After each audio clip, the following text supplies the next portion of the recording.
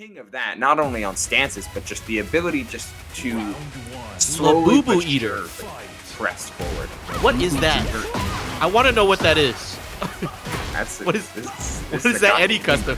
Anyway, we on the right side we have Genghis, really great player, great NA player. Was on the Feng way towards season 1, moved to Fa, and now on the Lidia. Really surprising to see. I know a lot of people have been talking down Hwoarang and talking up Lidia lately. Like, just one of those characters that doesn't have a ton of reps, but she's so good at what she does when it comes to actually getting to get her ball rolling. But I mean, shout outs to Bool here, recognizing that the 1-2-2 cat stance transition, if you block it, that's a launch punishable option, and Bool found that launch with massive damage. Yeah, the thing about Lidia is you gotta understand the matchup, right? Because some of it is fake. Like maybe 4-4-2 into Heaven and Earth, that's definitely fake. You can do something with that. But at the same time, Lidia has some great mids and can really make you hurt if you try to just stand and block everything. Yeah, great mids. Like, seeing the lows is half the battle. She's trying to beat your block down most of the time with highs and with the extended pressure that she can do. But it's about checking her with like powerful potent crouch jabs, perfect sidestep there in order to find a heat engager dig for Bool. Oh, hello. Getting that second. Bool in. Yeah, get the second Majinga. 2 stacks. Yeah, big. Oh, nice up forward 4 there from Genghis. Missed the combo. Now gets a float here with the jab. Doesn't get the tornado. Missed the grab. Nice homing move. Wow, ducked under the hit. Gets a launch. This has got to be Rage Art here. This is your last Jogo. Domain expansion, Brazil. Yep. Oh. Does it finish? Yes, Getting it kicked. does. Getting kicked like that into the sky, and the guy has foam posits on, that's gotta hurt. So real. Those are heavy, man. You never worn them? Heavy shoes. Oh, what a launch. Huge duck. And now we get all the extensions. We're finding that second wall. Nice clean wall splat, gets the max damage. 100 damage, and we're still pressuring. 1, 2, 3. Keeping it alive. Oh, goodbye. Oh, come on, cuz. This chicken-suited Eddy is kind of cooking. Yeah, is this... Oh, wait a minute. Is this allowed? Ooh. Can he switch characters? Swap. It's the first of 2, right? Why? Yeah, that's true. I mean, yeah. Oh, he did lose the game. I totally forgot. But yeah, thank you for Khalil for updating the score. Shout out to Khalil. Now I can see. You know, and I had to use my glasses. Oh, little sidestep 2 action. Yeah, shoutouts to Genghis as well for giving up the game. Then the sidestep 3+4. Fully acknowledgement, get the heat burst, finds the wall, still with tornado. Solid. Get an Oki. Oh, trying to do a little backswing blow and gets hit with a low. Ramen accidentally. It's tough to. It's hard already to sidestep against Eddy. Those legs just reach so far away. So most of the Feng stuff with the Kenpo backsteps are gonna be tough to find, especially tough in the corner like the C-splitter though. Find a huge hit, huge damage. Another one. The low guaranteed after, and the sidewall selection counter hits. Sheesh, this Feng way putting on that pressure, mobile pressure as well. We're seeing a lot of sidestep buttons to keep Bool off track. All the Kenpo stuff really good, really solid. Good launch there from Genghis, pushing it towards the wall here, getting a little small combo. Another down back 3 counter hit, threatening the mix. I wonder if we see some shifting clouds. Hasn't been a ton. Whoa, the duck under thanks to the down back 3, but that is an Iron Fortress. Keeping the body low. Nice check. Not gonna let that speed. Yeah, not gonna let C-Splitter rock for free. It's one of the biggest reasons that Feng wants to stay in heat for a long time. But we're using the Iron Fortress, putting that shoulder down, getting right in there. Ooh, on point with these ducks and launches here. DJ, we might be seeing this combo end the game. No, he misses it. That's my bad. That's my bad.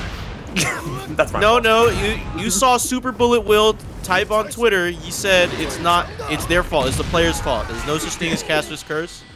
The player's fault. Should have closed out the round. We do not take blame. You know what? You're right. Bool, lock it. Yeah, Bool, lock it the F in, man. Oh, yeah, there it is. Yeah, that's a way to do so. Sidestep 3+4, and the damage is massive now that we found that wall. Tornado online. Full wall ender. After Launch. and Yeah. Bool is just so ready to get these extra stacks. That Iron Fortress is so massive in terms of gaining some damage. Finds the throw, switching Such a sides. disrespectful throw. It's so good. Breaking your back on his head, bro. On his cranium. Genghis Khan takes a game here. Ties up the set. I mean, he says it in the move names. This Feng Wei's got bones made of iron and skin made of steel. Unrelenting force. Still searching for that dragon scroll. According to my lore analysis. Oh, good punish there. Yeah, I think he found it. He found like, one of the secrets endings, a non-canon ending, I'm pretty sure. Yeah, he found like the secrets of God Fist or whatnot, but then didn't incorporate it at all. Yeah. Still just like using. Or I think it was just blank, or just it was more like a Oh, was fortune it? cookie saying like if you master all the fighting stuff, you just become better. Oh. Just become a master, which I guess anyone could have told him that. You didn't have to blow up dojos or anything. To do Yeah, all it's that. what he was doing anyway. Goat. But Gang is not mastering the movement, the three-dimensional plane, the Z-axis. Oh, Bool, same as well, moving with him. Big smile on his face, gets the tornado at the wall and some wall damage. Chipped away by these full enders, down back 3. It's always sidestep right here for Genghis Khan. The only times that they've been caught has been by the sidestep 3+4s that we see Bool launch. Hell, whoa, Right not there. stuck in A lot that. of dip. Bool showed the Negativa stance. Genghis Khan fell for the fake, went right into the mid for the wall splat. 1-1 round count, 1-1 set count and round count. Let's see who gets the points here. That sidestep 2, vicious, man, vicious. Doesn't get the punish there on that move. Steps to the right. Little nooch being played, and there's a launch. Bool trying to carry it all the way to the other corner of the stage, of the urban square. I like that though, going for the extra damage and going for the mid-screen Oki, kind of always threatened by Genghis Khan's attempt to be mobile, but the low block gonna shut that down and then some. Bool with a chance to take the set right here. Ooh. Full goal for the guard break. Isacom stepping. The knees. Oh, gets a wall splat. This is gonna have a tornado. Guaranteed follow-up with Guaranteed. stomp. Nice. In the knee again. That was a plus frame setup as well. That knee, I think it's like +4 or +5, so you get Golly. extra. Yeah, it's very, very powerful. A little slow, but powerful to set up on those Oki setups. This is a final round here in the open ladder between Genghis and Bool. Ooh. It's a tight spot Got a here. back tempo. Ooh, but Bool's chasing him down. Not gonna let Genghis Khan escape for free with these back tempo. Z-splitter trading. Counter hit. Kind of a guess for game. Keeps it going. Shifting clouds goes for the mid. Bool gains control. Good punish. Back turn. Oh, went for the handstand throw. Doesn't get the wall though. Gets a wall splat here. Oh, this could be dangerous, Ubo. It could be very dangerous. The neutral jump into nothing, into a grab. Bool is insane. Tries for the sidestep too, and then Genghis Khan's patience was immaculate. You see, I would've even through pressed, man. Absolutely would have pressed. Genghis Khan was put to the wall and wall splatted, and just said, "I'm tech rolling out, and I'm not even flinching, just blocking it out the entire way through." Tech a throw, dash back. Gun string where he can charge it up at any time and get a mix-up. It's like a 5-way mix-up, basically.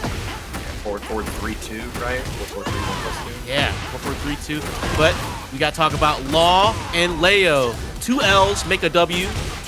Bomber versus Prota from Honestly, Italy. Or is that Mexico? Sorry, Mexico. Sorry. That is Mexico. Close. Sorry. sorry. How do you say sorry in Hispanic? No mames, way. All right, let's. Don't come for me, please. I'm sorry. You know, honestly, though, we were speaking of powerful characters. These two in front of us, underrated. I mean, very, very underrated. Yes. I'm a big tri-state. I'm in tri-state, so Heian Majin shows up to things with his Law, and I'm like, damn, how is this character not played more?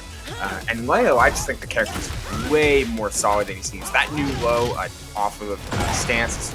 Yes. The first stance is ridiculous. Being able to go and being able to shift more reliably, and it's also just they're just a stone cold character to try and press into with more back sways and very powerful combo game. And they're very plus, especially once they get that lightning glare install, get those extensions on the strings. They can do so much damage at the wall. Great wall carry if the player playing Leo has great execution, as well as Law. Law, all the DSS stuff is now fake. You know. Really bad for him now in Season 2, but they traded that out for incredible amounts of wall carry and damage for Law. Because once Law gets you launched, oh my goodness, if they have the execution, get those blue sparks, that is over half of your health. Oh man, Prota clutch here, and then there's that low high string, keeping together, closing down the round. You were talking about the corner carry, and that one opening combo basically sealed Prota the round, kept Bomber stuck right up against the guardrail there. Round 1. That's the thing playing against Law too, Ubul, because if Prota just keeps putting on the gas and not let Bomber play, Law can literally do nothing. That's why a lot of even Law players in ranked, even though they might not know everything, they have to mash. They have to mash it out with you. Because once they mash and make you afraid of their offense, that's when Law shines. Yeah, with the different junkyard variations, and even like just having the threat of 1-1-1 being a heat engager on counter hit and a heat dash combo, super powerful for Law. But Bomber's just not able to quite find as many gaps for extended pressure. I mean, there's a full string that Prota's just blocking out. Stand block, nothing. There's a huge low. And of course, you can play different Laws, right? But they're always going to try to threaten that full crouch mix, either slide or while stand one. So you got to be careful. Great blocks here in a launch, the nunchucks. Now in Season 2, Law can just keep regenerating heat with the nunchuck moves, so he's a threat in heat. Just prolong that for ad infinitum, it feels like. As long as you keep them connecting, that bar just keeps lasting. Big low. Did you do Latin?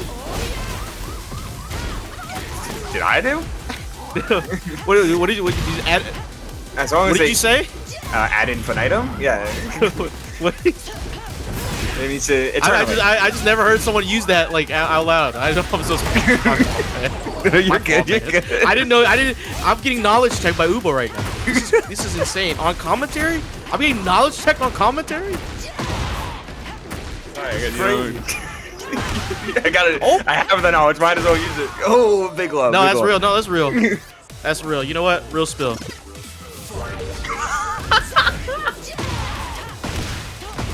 I forget. Anyway, I'm not on deck. Prota gets the wall splat. Lightning glare up as well, but not already was up as we're spending the heat smash. Constant offense, and that tracks right there. Oh my goodness. Prota was basically back turn. Gets that kill. Man. You know, the craziest thing that some characters got, it's not true for every character, but a lot of characters, the fan art portraits. No, that's King. That's not Hwoarang. Oh, my fault. Not canon matchup anymore. Yeah, not canon matchup. Shout out to Fradin as well. Huge run at Evo. Huge run. Good. I mean, getting more Hwoarang players just kind of reinforces the belief that this character is the best. Huge counter hit confirmed though, off of the standing four. That magic four. Magic. Geyser for the finish. Nice stuff for Raven taking that first round. Fradin going for the high it crush again. immediately. Ooh. He recreated the T7 Jin fit, the lone rogue vagabond. Ooh, back 1+2 Sabaki. I like that. Ooh. Gotta find any and every way to get Hwoarang off you, whether it be between the Sabaki, parry, Omen stance. You just need to cycle through different ways that can say, hey, Hwoarang, stop pressing into me. Yeah. I got a feel for Fradin too. What a great run in Evo. Being able to go toe-to-toe with the best in the world, whether you're from Pakistan, whether you're from Korea, Japan, anywhere, he was cooking. US Let's see if he can come back domestically and do it. So true. The US doesn't get as many like many players having those highlight moments outside of like King Ray Jr. as of recently. So seeing a lot more players get the chance to shine is honestly it's massive. He's huge. He's huge. They stepped with each other right there, trying to find some gap. 4-4 misses, but the Hell Sweep connects. Tries to do CD1. Little 1-2 action.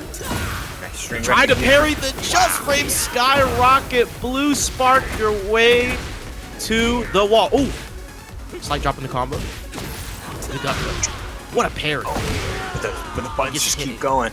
The buttons just keep going for Hwoarang. Like he can just keep aligning with you because his strings are seemingly infinite, especially if you start mixing in the flamingo stuff. Jin's parry is hard to utilize in this matchup for sure. I would like to see Raven try to represent maybe some up forward 2 a little bit more. Not to mention just a simple crouch jab could do it at times, given the amount of highs that Fradin has been going for. But it's tough. It's like you have to cycle through defensive options because a good Hwoarang will always make sure you're on your toes at various and expansive timings. For sure, Ubo. I was just about to say that too about the Raven using Jin's parry. Oh, just switching to Devil Jin. Screw the parry. We're here for Morning Crow and Unblockable. Yeah, very different matchup. This is very different now. Now, more classic Mishima play with the Morning Crow advancement, up forward 1 as well. Chains of Fate. But we get a Hell Sweep right off the bat. We get it again!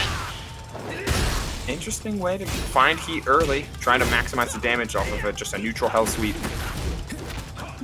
Oh, okay, throw break instantly and letting the heat smash rock. Afraid. The Black Kite. Trying to Hell Sweep again, gets hit by the Heat Burst. Good break on the throw. Man, look at this. Fradin is playing very, very aware of the wall. In fact, they're right along with it. Tries for the running 3 and no dice. Huge wall spot here for Raven. Some damage into a Hell Sweep. Playing that Mishima 50-50 game. 1, 2, 3, 4. Wow. Yo, bro's taking some. Oh, the Samsara! I can't believe Sometimes you just gotta do it. Sometimes you just gotta do it. You know, there was the run from the run from Kudons a little bit a while ago, showing off Devil Jin and their Heihachi, and sometimes, especially with the new health buff that came from Season 2, that 20 HP Harada care, sometimes it's okay to make those gambits and make those plays, especially early in health bars, because you know you've got the opportunity to try and come back again. But Fradin taking over that second round as we go on to the third round, trying to make stuff happen. Finish the string. Wow. Fradin gets caught. We see it again. Gets the Heat Burst, the laser. No break on this throw. Snap your neck. Finds the side switch too. And plus frames galore. The Heat Dash launch right out of the corner. Laser scraper. Try to Samsara again, gets launched for their troubles, but drops the combo here. Morning Crow 2-2 into 4-4. Or back 4, sorry. On Devil Jin's back 4. That was a pretty massive drop there from Fradin, giving up the back to Raven. And then the optimized back turn combo for Raven. Super nice stuff. Bring us to a potential chance to get to game 3, and more of these hop kicks, more of these Samsaras are absolutely gonna matter. Finds the tornado, looking for it all. Oki goes with the mid. Went for the low sweep. Raven still has heat. Sidewalks. Up forward 1. Doesn't finish. Back forward 2-1. Ow. That huge plasma blade. If you're gonna press into Hwoarang, you better be hitting him. Flamingo, nice duck. Tries for a quick flash duck, but the delay into the generic crouching 3. Fradin with the opportunity, down 3-4 to end this set. Right here, right now. Hell speed. Raven has to do something to survive here and extend the set. Try to do while stand 2, which got above. Samsara gets punished with the plasma blade, and Fradin takes it over Raven 2 zip and move up into the next match of their ladder. Yeah, it's tough. There are many characters in this game, like their main weakness isn't like in their kit, it's in their ability to maintain a consistent game state and maintain their offense.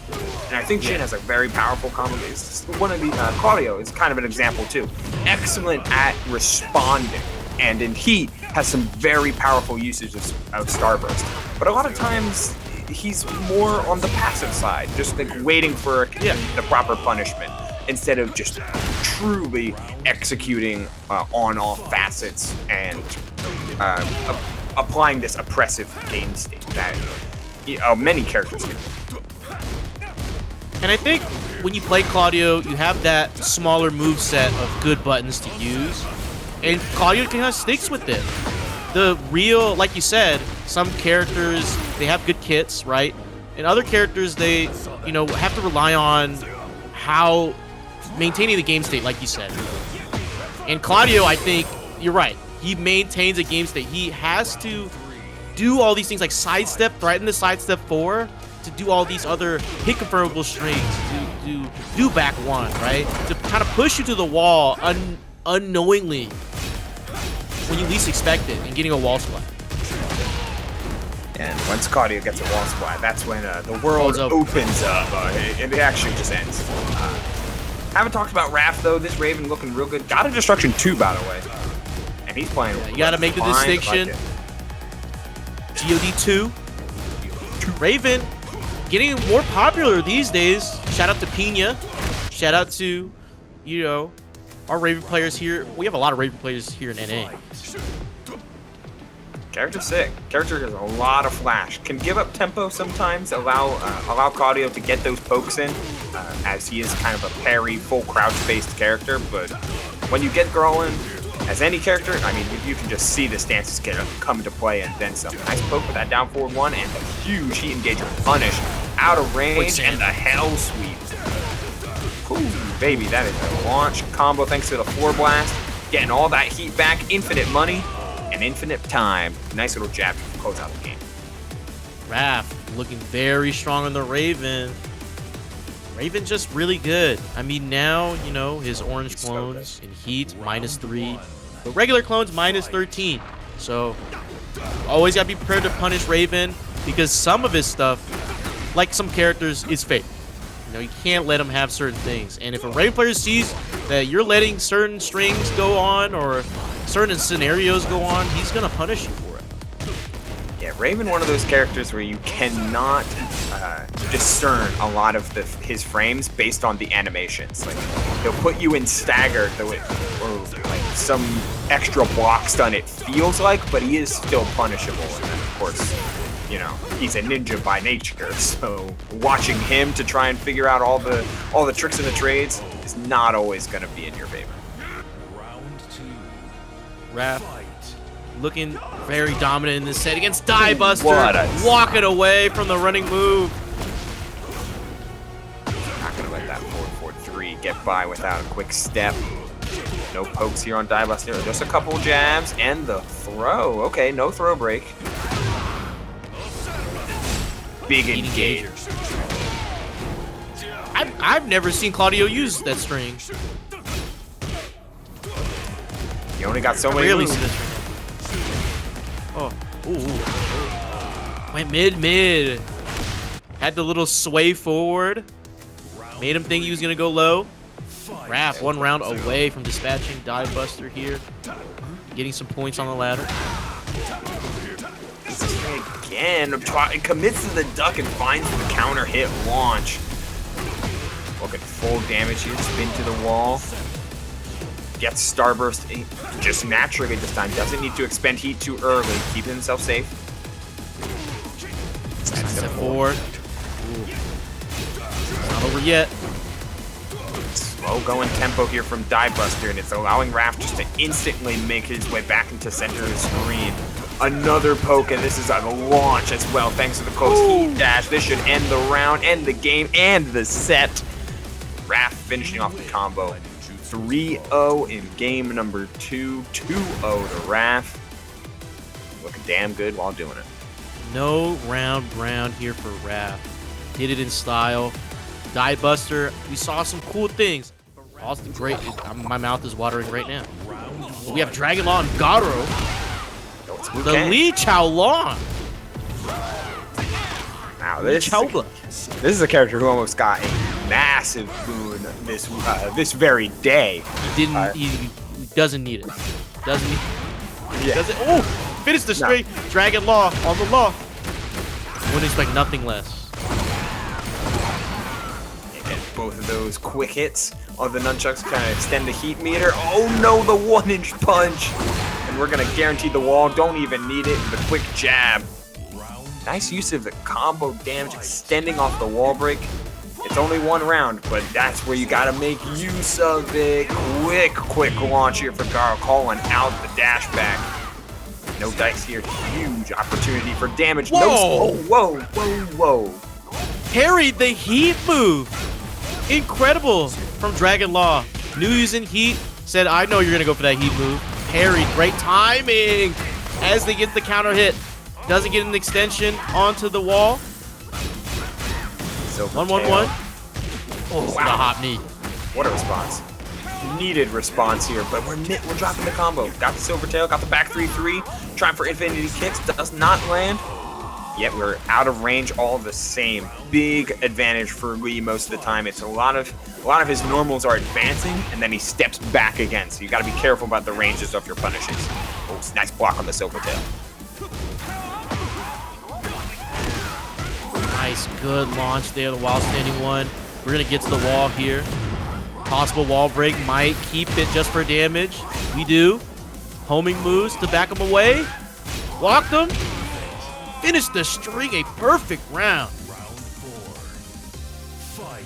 Just when Dragon Law gets to get started, he's chopping him up. Massive counter hit launch. Opportunity to get all the way over. Heat burst late for the extra distance. Finds the wall. We're close to the second as well.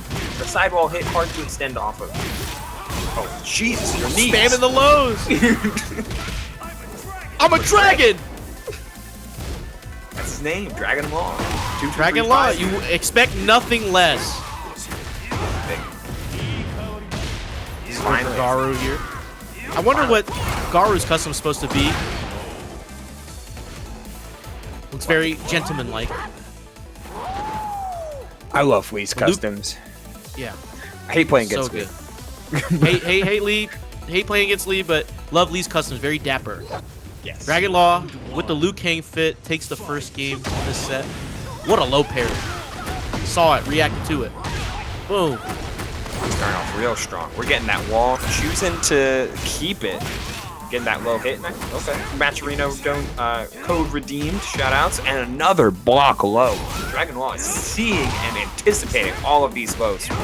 Gotta be on Garou to find the mid to extend and to at least force Dragon Law off of the reads he currently has. Heat smash.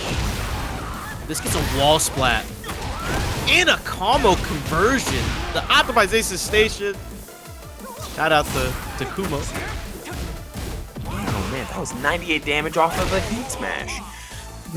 Nuts. Man, nuts. That's what I'm saying. That's what I was saying before, Ubel. They Yep. traded out the DSS, the great DSS properties in Season 2 for just damage. So when Law gets you, he's going to make you hurt. No lies detected. Found the opening. Lee is not like a... I still think he's an underrated character for sure. He's got a lot of really good strengths, but one of the big ones is one of the weird ones is that weaknesses for the characters. The fact that he randomly puts himself airborne so often, so he can get pretty easily floated out of random inputs. Oh, but that counter hit pickup off the homie move on Hitman. Ikawarida. And the heat move to send it off, tying up the round count in game 2. Absolutely worth it. Another Hitman homing. Trying to stay close, but the 1-1-1 saw the counter hit. Got the confirm. He engaged, going low. Oh, the banana split. Chopping at those knees. DJ was seeing Dragunov keep the force in the corner. What a side swap! But it doesn't matter. Heat dash confirmed. Getting that damage. Man, Gets all to the of wall it. too. Oh, try to junkyard.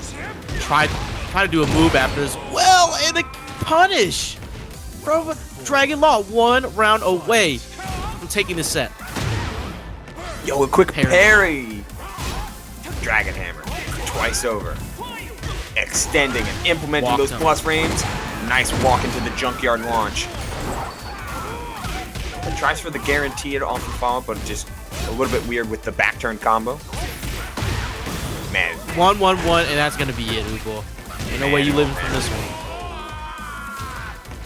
that's tough. You saw there was like a weird disconnect from Garou and like the spacing that Garou wanted to play at versus the spacing that Dragon Law was forcing him to play at. So every time Garou would try, you see the entrant numbers all over. And All the hey, muscle can't stop me. More Jaguar growls and snarls. Oh, well, it's Puck on the head? Yeah. Pac-Man if you locked in. Yeah. ToxicGazs, smoking the gas, going for 4-4 neutral too. But Hook going in here with the Steve Fox, aka Dean Earwicker. You know, you know. Five Fox Fury. Closing it down. You unaware of the Dean Earwicker? Yeah, no, I'm unaware. That was his original name before they changed it to Steve Fox. That's crazy. I didn't know that. We could have been having it. We could have Dean Earwicker all this time. Imagine the timeline where that exists. Or 2-1. Heat engagement. Oh, but the Albatross catch. just strike back. Whew. The giant swing. Yeah, protects it, but still a ton of damage off the giant swing. Trying to find the muscle armor, but the whiff on the jab actually saving Hook. 1, 2, 3. Going low. Peekaboo. Chopping down. Nice close out there from Hook. Only so much armor and so many reversals you can hang your hat on before Steve finds their way in. Shut down thanks to the counter hit. Tries for the armor out of the corner, but no dice. Oh, nice. The guard break out of Lionheart. Went for the stomp again. Gets interrupted. Down for a 2-1 hit. Confirmable straight. Try to stop again, I think. And the stomps, honestly, like, Toxic is just not really ducking. Whether it be between lows or the guard break, we've only really seen guard break out of the Lionheart. We've seen a couple stomps attempted, but ToxicGazs is trying first and foremost to fight through Steve's offense rather than evade it or block it. Crazy Atlas Hammer round start. Gets walked. Going for these lows. Hook really just finding the timing here. Breaking the grabs. Ooh, nice. Heat dash into the wall. Gatling punches. That was a startup of a spring kick into the stomp, going for mid. Finally, the duck comes down. And Hook, playing extended offense anyway, takes the round just like that. 1, 2, 3. Oh, hello. Peekaboo launch. Not going downstairs, not breaking that balcony. Instead, keeping the wall keeping everything secure. Make sure you're up close and personal. No escape from this boxer. Ooh. Sonic Fang. Look, 1 round away. Man, this has been a deconstruction. Just how good Steve can be when you're forced to be up close and personal with him. Toxic trying to find various ways to either high crush or play around the relentless offense between these muscle armors, shoves, and the like. But you only got so many options. Burning through that heat meter. Man, oh man, body blow. Weaving through. That's another confirmed punish off of the guard break, and then going low to finish the round. Hook, line, and sinker. 2 rounds. Oh, I like that. With no round brown. Wow. And we've been practicing against Lidia ever since, but we get a Lidia versus V-Rock's Jack 8. And I think that's Jury. Oh, it is. We're talking about, you know, Capcom and Namco Bandai. Yeah. Namcom, Bandcap. Bandcap. You know, this one time I and Namcom. Oh, complete the That's the string. ship name. But TFPanduh takes up the first round against the Jack. I wonder what this Jack did. He's got the wings. Maybe it's like a offshoot Gundam I'm not familiar with. Maybe. Could be anything, you know. It could be like a Bionicle. You never know. Honestly. It's a New Age Bionicle. Ooh, gets the wall splat, but hits the homing move, so flew across the screen on the counter hit. Ooh, doesn't break the 1+2. Ton of damage thanks to the rage buff as well. Back one for massive positioning, keeping the stage right where he is. Goes low with that hatchet. Cleaning things out. 2 rounds apiece, 2 rounds even here for TFPanduh. Thinking about going for just a quick 3-0 with the Flip Storm. Heaven and Earth into the mid. Gets the floor break. TFPanduh gonna carry V-Rock to the corner. And another wall splat. V-Rock trying to mash. We get another floor break, expending all the resources to take a game in this set. Boom! That was really heads up across the board. I mean, going for finding the counter hit forward 2, not going for the typical extender off of the horse stance in order to guarantee the wall splat, and then raw Heaven and Earth to break the floor. Like, that was just heads up extensions and heads up play in order to make sure you take the round. I think Ubu was just DI into stun in the corner into level 3 super. So I think that's what happened. True, yeah.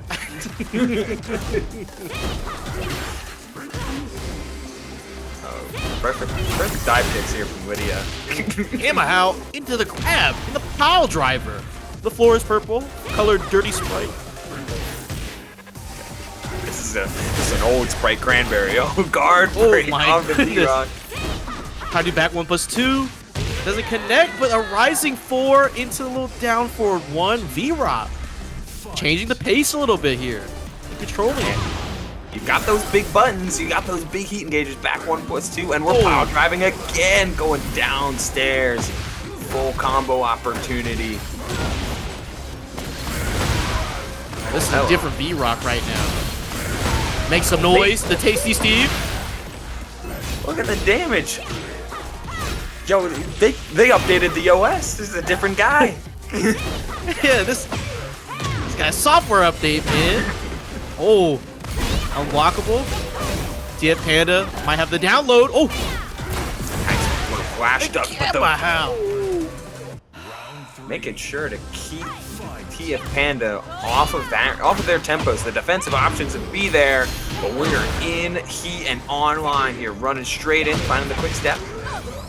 What a clean hit. Oh, delayed for the bubble. And hits the mid. Respect for the reversal stance. TFPanduh opening up, almost finding a cheeky float. No dice. Said we're just backdashing, looking for a grab. No duck sewed over. And thus, we're going downstairs on TFPanduh's terms. The quick little jab combo. Interesting. Try to go for the OTG, but spring kicked and launched again. Incredible. TFPanduh is so ready. Hits the ender. That's great health because all the three max crests. Went for the mid, no punish. Full Polish power is hard to keep up with. Hello and goodbye. What damage! And just making some noise, keeping the combo alive, going into Rage Art. We're deleting the gray health. Not gonna close out the round thanks to the combo scaling and being at pretty high health. But hey, this is still great damage and putting TFPanduh on a guess for game situation, and we guessed wrong. And Ubel, TFPanduh tried to get that Polish strength at maximum, but V-Rock turned TFPanduh into Kielbasa. This is just incredible. V-Rock got the software update, got the firmware updated, driver update, NVIDIA driver update. Running in Windows the 12 G-Force over experience, the G-Corp experience. Perfect. You're talking to me about all the commentary flow. I just set up my game, man. I can't be caught lacking here.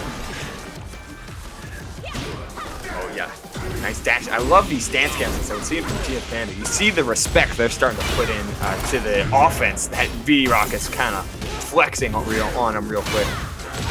Yeah, mogging on him. Ooh, the Timberland boots. Nice guard break. Ooh, and a low. Little stubby low. Quick little pokes. I want to see there be a couple more like flash ducks or something from TFPanduh. They've been standing up a lot, getting caught by a couple lows, getting caught by a couple charge moves and guard breaks. V-Rock getting a grab again. Good dog. Oh, here's the shenanigans. 1, 2, 3. He bursts, stepping with it, and it gets the engage. Man gets the wall. Ooh, V-Rock. One run. No. Always on the 1-1s. Every time. No. Why have you forsaken me? I see them. Or I'm just looking at their start GG. Getting a little bit more info. Can't be too. You can never be too informed. As we get TennoIX and Cuddle Core. Bring up to you something like that. It just updated recently, but that's we can look at that a little bit later. As TennoIX, New England area, Connecticut area, Hwoarang fighting off against Cuddle Core. These are two very, very high-ranking players, not just in terms of respect and skill level, but also in this current ladder. This could be a make-or-break type of set here for TennoIX. Yeah, shout out to TennoIX in the that northeast, the East Coast. Whoa! Gets a little bit more air with that kick and then goes for Rage Art. I like that. Tenno's starting off strong. Hwoarang is a confirmed monster, especially in heat. 100 damage on that combo, that ending off in the Rage Art. Got some excellent down 4 into the flappy kicks, devastating damage. And I've talked to Graham in chat, who's in the Northeast and a Hwoarang player. The difference between all these Hwoarang players, like the difference between Tenno and Fradin, is how they utilize certain moves. Tenno loves to do the wave dash into either back 3 or just range skyrocket. He wants to keep that pressure on him. Fradin and maybe Justin Huga or a Deceasy, they'll play differently as well. Fradin, we saw a little bit more defensive style, a little bit weighted timing tactic. We see with Justin Huga, not afraid to throw out back 3 or just range skyrocket, but knows when to place them. Deceasy much more insistent on the lows. Meanwhile, TennoIX, we're seeing it right here, wants to let you play into him a little bit, goes for a lot of those changing foot forward stance first to create space as opposed to just doing raw back dashes, and is very, very willing to put out some defensive options first in order to bait you forward. And half the battle against Alisa is sometimes making space, and Hwoarang can do that real well. Ooh, the wall splat from that far. Went a little sweep, the hell sweep, running move. Oh, the heat, the dash into the finish. TennoIX, no round Browns Cuddle Core in this first game. What a response here. And I was saying, from a sheer standing standpoint, TennoIX is currently sitting at 2 losses, so A win against Cuddle right here could be, a win or loss could be make or break whether or not he makes it into that top cut. Cutting it down, finding the homing move, a nice quick duck, trying to get the party started. Cuddlecore takes her turn back. TennoIX's been placing really good at those Boston, those locals. Oh, so for sure. he's been on a grind. Cuddlecore also as well, grinding a lot, playing in these online events, trying to get more experience, playing out of her mind with the Alisa, who is pretty strong this season as well. Playing the sweep. Run up sweep. Getting right down there. Closing out a round with a low. What a duck on that high. No punish. But hey, trying just to make sure you're at least representing some amount of defense while also playing classic defense, not just the offensive variety of defense that Hwoarang can be known for with these big plasma blades, these skyrockets. Oh, we're breaking the floor. Massive damage. Now, can Hwoarang's plasma blade beat out these chainsaws? I don't think it can. Not quite. Not quite. Round 3. TennoIX very willing there just to try and stand there and block and see what he could do to get out. But Cuddlecore is not letting him make space anymore. We're seeing those big dashes on delayed timings to try and make it so that Tenno isn't allowed to sidewalk around anything either. That heat burst was from deep. Oh my goodness. And that's the thing about what you said with Tenno trying to play the gap, trying to play the spacing. Alisa can close that space in an instant. Yep. No matter how quickly you can make it.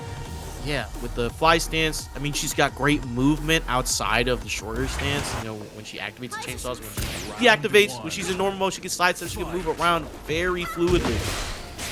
And Cuddlecore just rematched instantly after that first game. Must have found something in Tenno's gameplay. That first game was probably all just information gathering. I mean, check it. Like, Tenno is a lot of setup before trying to make, before first initiating. Finally, Tenno just kind of letting things rock with these running threes. Keeping that mid pressure going. Look for the low, but instant throw break. Tenno still in heat, spends the heat smash, scouted by Cuddlecore. You know that heat smash was absolutely telegraphed. Spending their own as well into the flight state, going low, but the orbital was huge. You are on a pixel and a half. Parada care making you survive. Oh my god. That could have been a back three. That could have been a back three. The low parry. Cuddlecore staying solid, staying composed. Wow. Yo, you know that they're a robot because they didn't even waver as Tenno started to gain some momentum. Oh my goodness. Floor is purple. Good blocks here from Tenno. Has to find some opening. Gets the power crush. A side wall splat, so no conversion. Eats the running move. Eats the mid here. And spikes down into the floor break. Floor breaks being so crazy for Alisa as we're flying right in. Oh, wow. Sweep. Round 3. Hip up a little too soon. Wow, I can't believe that happened. Devastating how quickly things can change. Huge throw on the power crush. Keep bursting through. No confirm. A nice low block there from Cuddlecore, who's been so effective on defense. Lost 3 rounds straight, and at DJ it seems like they're gonna win 6 rounds straight. Heading right into a final hit game. Gotta guess for Tenno. Peacekeeper hits. But it was a trade smash. to no dash. Tried to orbital, but Cuddlecore saw it. Sidewalk immediately. Cuddlecore takes it 2-1 over TennoIX. Shout out to Tenno, saw some great things, but Cuddlecore took that first game as just information gathering, and then down since the back 1+2 nerf. But I think she's still strong, even without it. Yeah, some of the inputs got nerfed, but then the change to make some of the self-damage do a lot less just gives her a lot more game, even when she's not in heat. Like, this is a character that you want to make that heat state last as long as possible, but now it's not as necessary. Meanwhile, Shinigami on the other side, though, a very, very active Lee, being met by a very active Zafina right off the jump here. It's counter hits galore, DJ. Ooh, duck the high. Oh, gets the perfect input. Acid rain. Hands of God starting to play a little passive. Oh, what a jack off that jab. Floating right through on the running 3. Can you finish? Yes, with the guaranteed down 3. Wrapping up the combo. Shinigami playing really well in the league. Been playing a lot more tournaments recently, online tournaments. Looking good. I'm very impressed every time I see him come down and just how they play certain sets, how they operate this heavy counter hit character in a game that so heavily favors wrestling. Damage. Oh, the power of Azazel. The install blocks the low, gets a punish, ducks under the highs, and gets the round.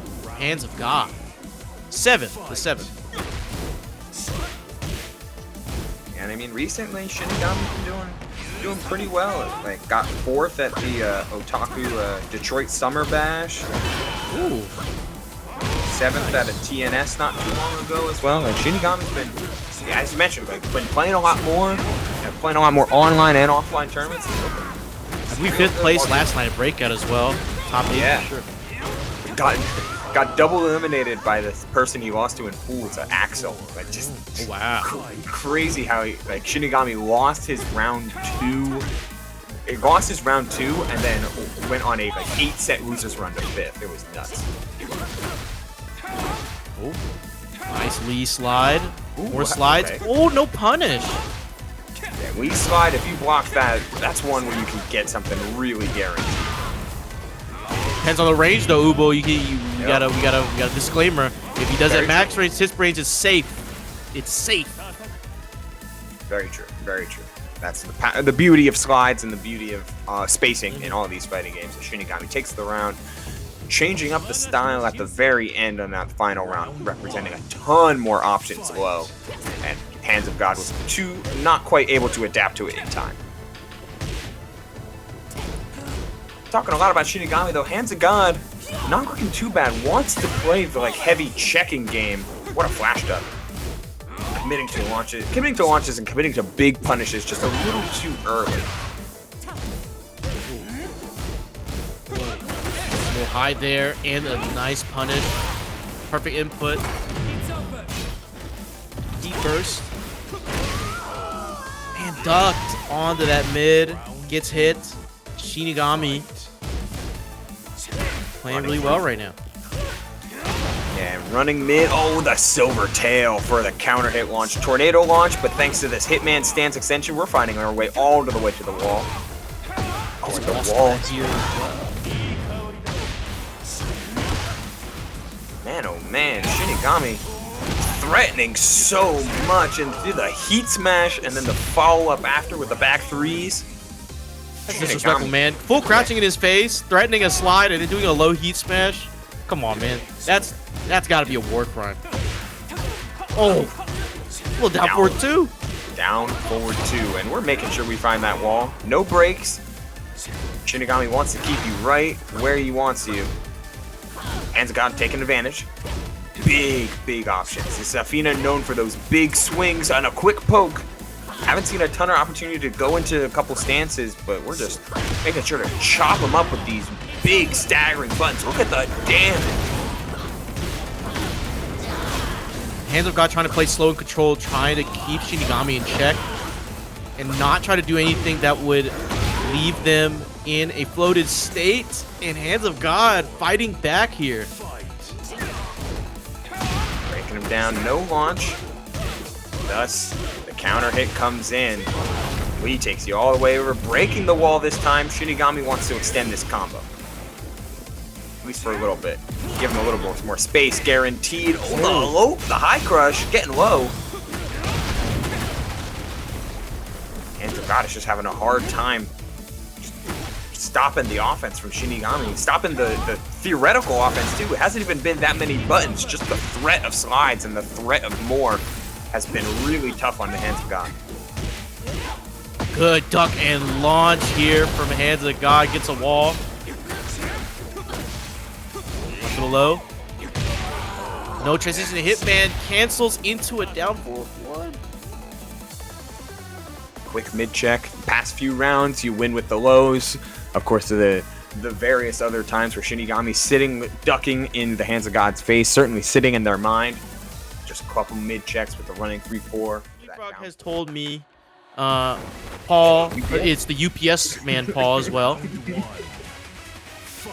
MrLeapFrog has told me Paul has to take a lot of risks, but, you know, because if your opponent gets right one time, he gets blown up.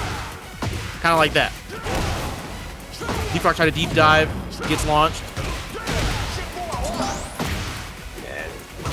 The changes, the reduction of Paul's command input and threat range with like guard breaks and the usability of those moves, despite the 3D game that we're playing, makes it really hard to keep pace with some of the looping offense that so many characters have at their disposal. Eddy's not necessarily looping offense, but it is very dangerous, and that was one of those massive risks you were talking about, DJ, just committing to it fully and finding the duck and getting at least a little bit of a combo to even up the health value, holding on to heat as well, and rage, but the jab check from Hella Smoke.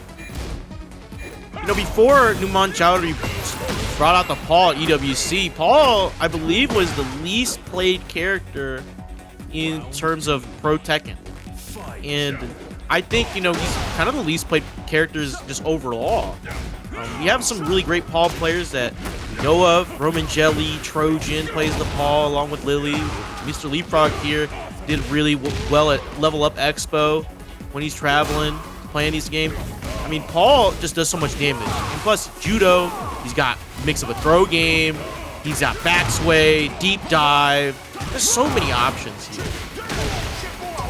Yeah, absolutely. Paul, certainly a character you can't sleep on just because of that damage output. It's getting started, that's always the problem. What an evasive maneuver from MrLeapFrog, getting the wall burst, full combo after, heat burst, trying to extend, demo man. Whoa. Arcs up the Death Fist. Ooh, down 1-2. My goodness, gets the wall, but drops the combo. It's a setup. Didn't need it. I'd say it's a setup. Frame kill, perfect timing. Frame kill. MrLeapFrog up 2 against Hella Smoke. Hella Smoke was getting some good combos and good launches, but LeapFrog just hits one shoulder and it's already on the other end. You may have to take risks, but if you find the right poke, find the right option, you can turn into some massive punishment. Hella Smoke trying to regain control. Ooh. A duck. What a feint from Hella Smoke. Try to do the grab, gets launched for it. This is a float combo though, so not a ton of damage. We'll see how much MrLeapFrog wants to commit. Demo man sidewall out. Oh, the hell sweep out of Bajinga. Went for the mid and the low here as well. Hella Smoke staying alive. Getting 2 stacks on the install for Eddy is just such a different beast to deal with. Handstand becomes so much more down threatening. 4-3. Wow. Gets a tornado. We get wall. We do. Gets 2 stacks. Went for the hell sweep. Instantly having forcing the respect on handstand and aware that MrLeapFrog has been going for a lot of those evasive punches. No dice here, and the quick punish. Final round. Keeping things even. Deep dive in, going for the low.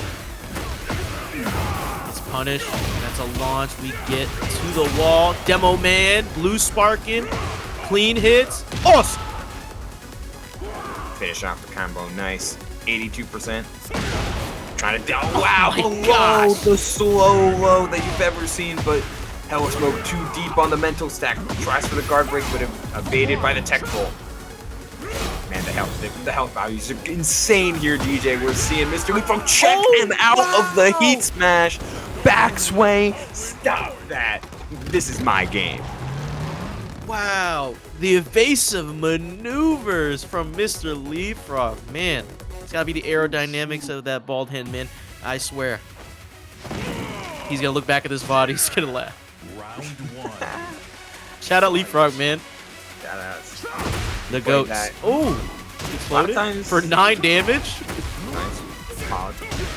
Now, a lot of times it feels like after getting 2 rounds and like being on the verge of losing an entire set, getting reverse 3-0'd, it can be super tough to lock back in. But MrLeapFrog has turned everything around, finding the demo man again to break the wall, up basically by half a health bar, trying to put out these down forward 2s as well.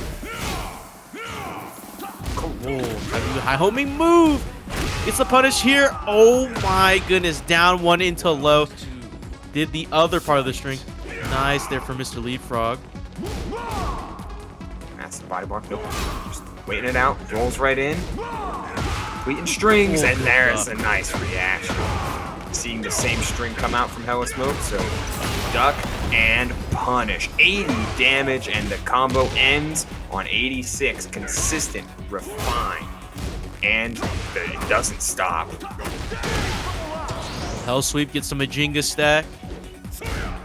Went for the slow low again. And a down 4-3 off the whip. Wow, off the cancel. Crazy. Huge punch. Gets a chance to heat burst here. Finish the string, and wow, that's a launch. And look how much health he's going to recover here. The hits are many, and because you're in heat, you get the extra recoverable health. That changed everything about these health bars on a paradigm. Death Fist going under! You got to go to Rage Art right now. And Rage Art, yes, please, thank you. Stop being humble, or stop being arrogant. Just be humble. Throw out the Rage Art. Press the button, man. Wow, what? We thought LeapFrog had the evasive maneuvers in the last game, but look at Hella Smoke. Throws out the Rage Art from range 5. Handstands away.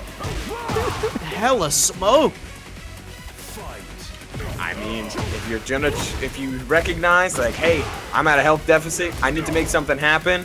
A high crushing launch is a way to make something happen. Giving us 1 round apiece. Float launch though. The while standing 2 did not get anything going. Oh, no throw break.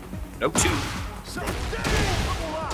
Lows again, clean hits. Handstand into plus frames. Good punish here from LeapFrog. 10 frame punish trying to bait forward.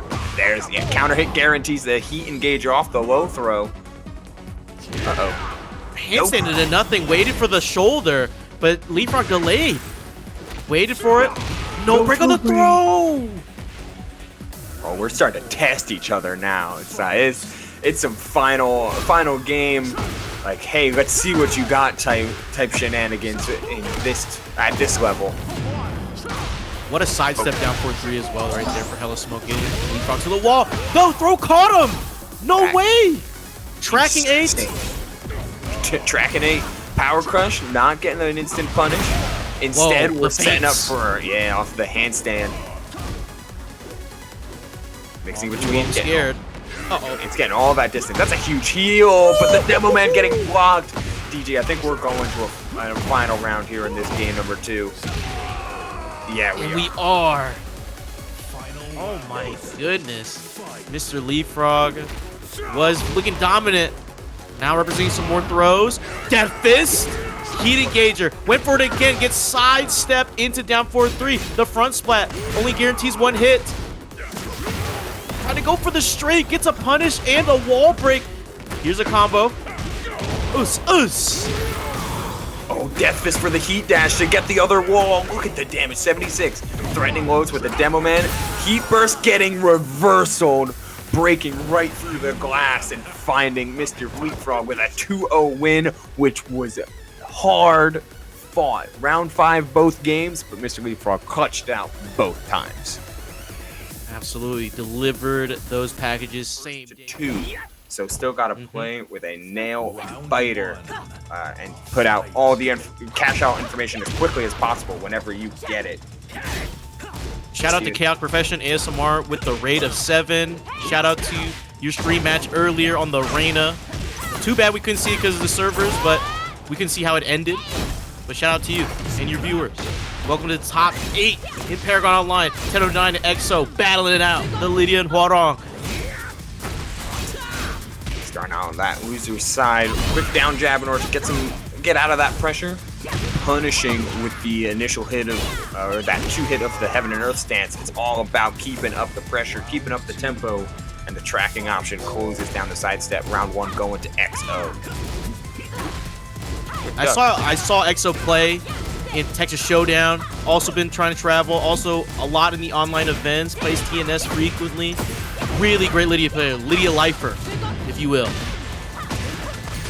Sometimes Now that's all she's you need. really great in Season 2. Oh, the quick kick bump.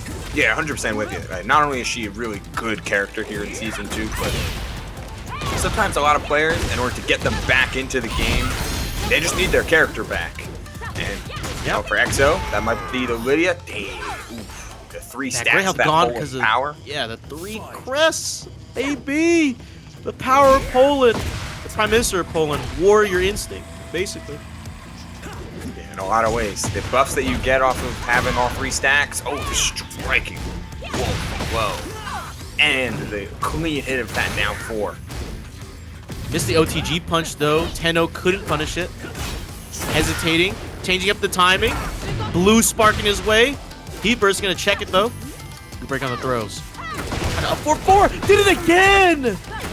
When in doubt, just do it again. Hits the ender. Boom.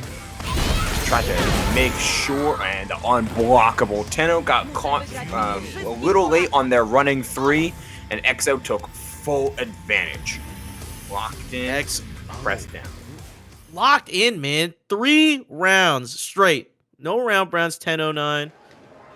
Tenno opts to switch the stage, maybe switch a oh, he doesn't rock customs like that. Or he does a little bit sometimes from time to time. Maybe he needs to change the costume. Maybe default Hwoarang is not the way to go. Change up the stage, perhaps. Yeah. Maybe need the iPad. Change the controller. Switch out the glasses. Put on a hat. You know, do something. The hat can Do change the something. difference. Absolutely. Some might say a hat saves lives. Look, But no, we're not. look. When Ash, when Ash Ketchum puts his hat on, when he flips it around, he gets serious. He locks in. Hat, different vibes. Ooh, gets the heat engager here. Just frame skyrocket. Almost a counter hit. Whoa. Just try for a brawl and the unblockable. Big damage. Political Storm finishes it. But didn't heat dash off of it.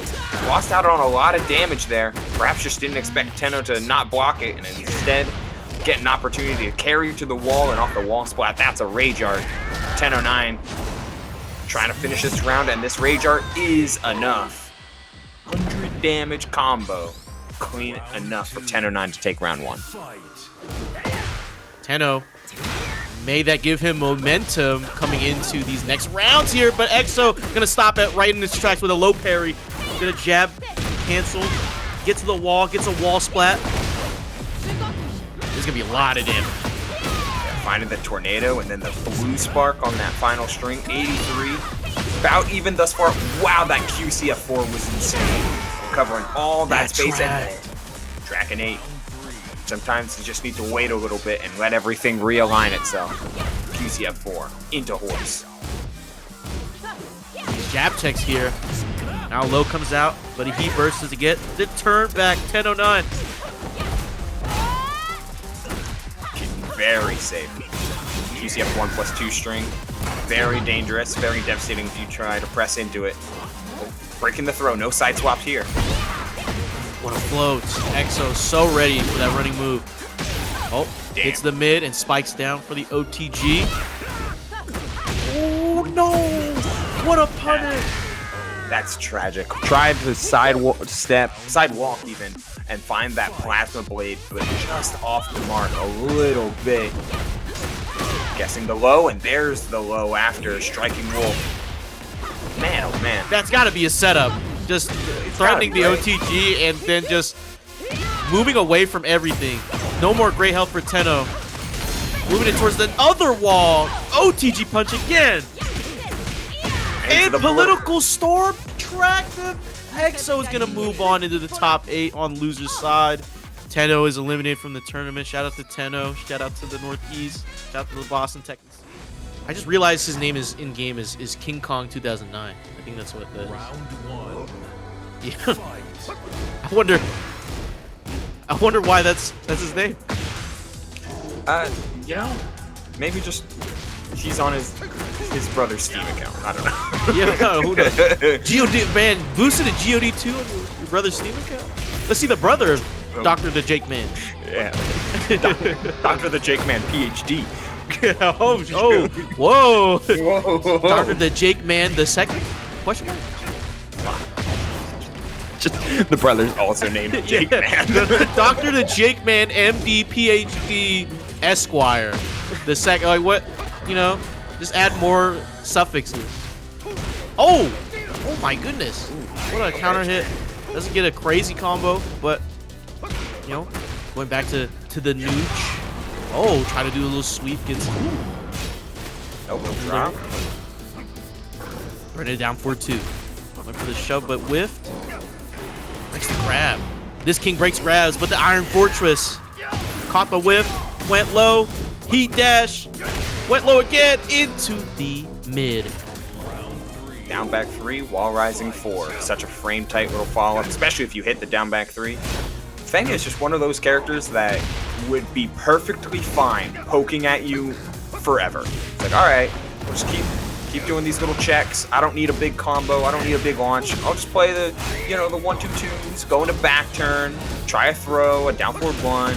Like, keep very, very stable. The check and chip game is really hard to play against Feng Wei with his amazing movement. And we're seeing that from Genghis Dan. And you're seeing, oh, and that giant swing's gonna kill. But you're seeing both Genghis Dan and Dr.theJAKEMan play the same here. They're matching each other's energy when it comes to, you know, standing, jabbing, poking a little bit, and then backing off.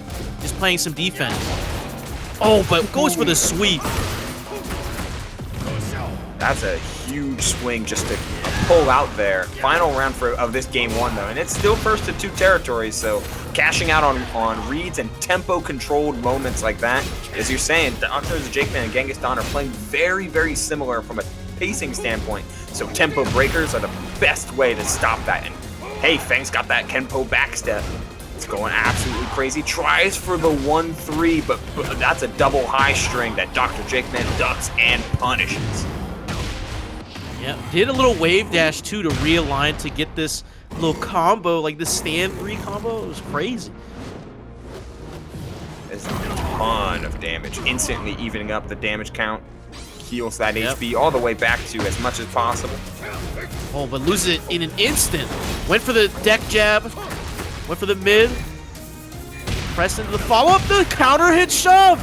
Doesn't get the wall. Don't put his alley kick.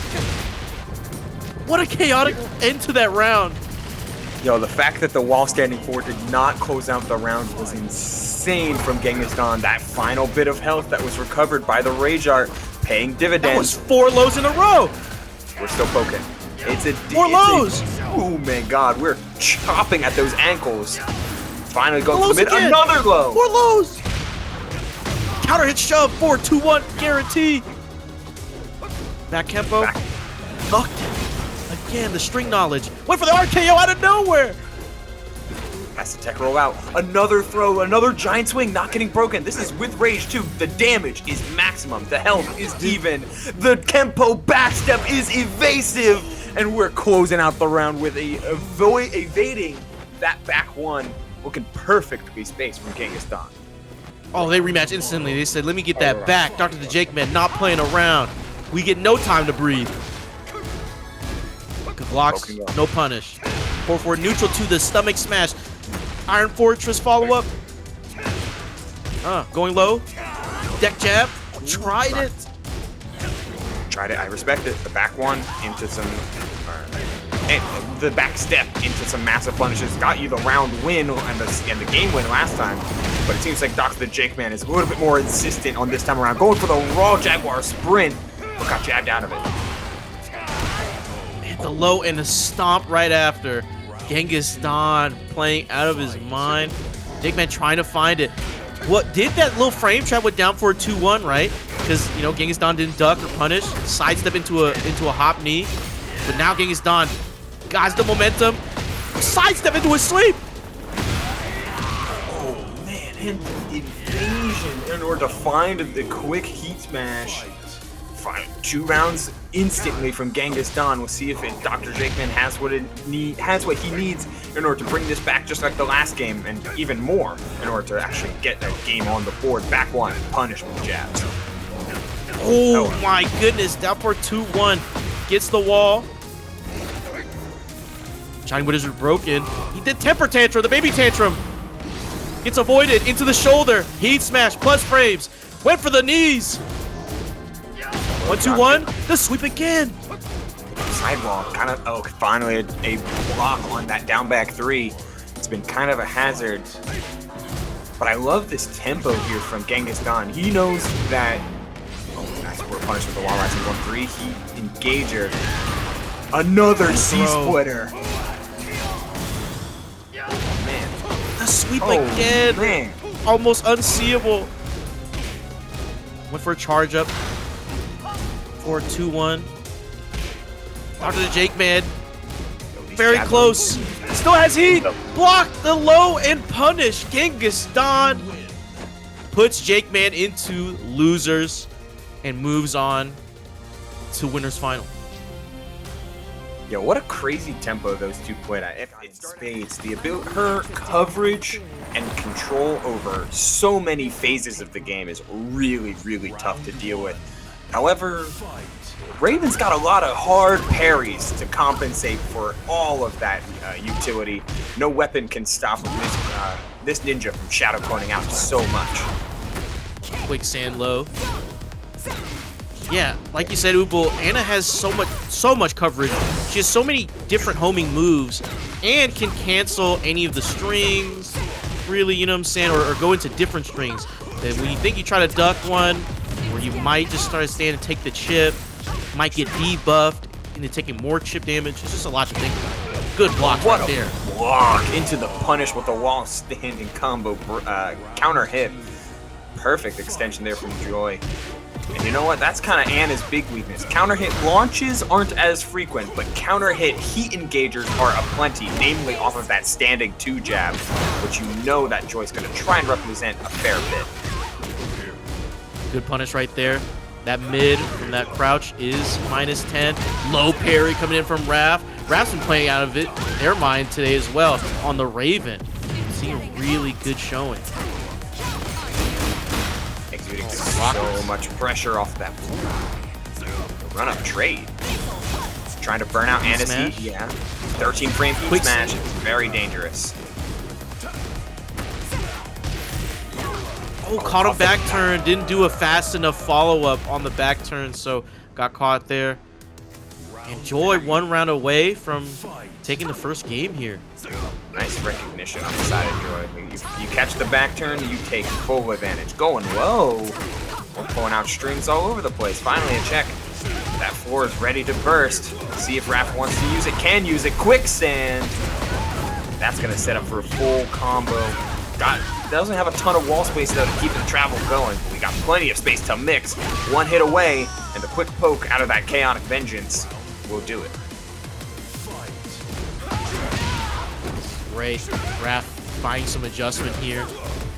Playing some defensively, actually, just letting Joy rock a little bit. Trying to find a string that he can punish. Chaos Judge Slide. stance. I like that. Not completing the hammer chance 2 string. Ooh, what a block.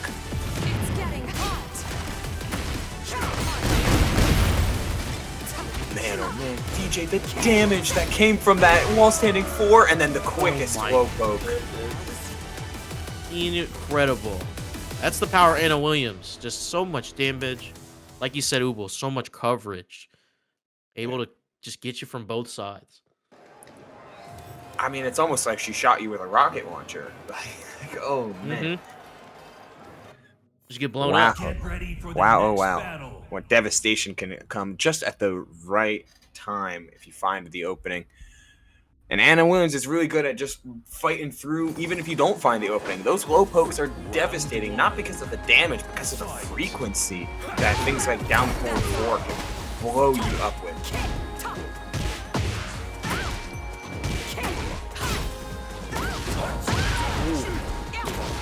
Nice. Now we're on Yakushima, so walls here are pretty far away. So I wonder if this gives Raph more space to work with. I do like Could be the Raven's opposite. movement a lot. And it seems like Raph has had a lead in most of these games. It's just a matter of like Joy finding a right confirm or a way to get the ball rolling, or find a wall, or in this case, find a huge whiff punish with just a simple down forward 2. Raph always showing their hand just a hair earlier than Joy's willing to commit.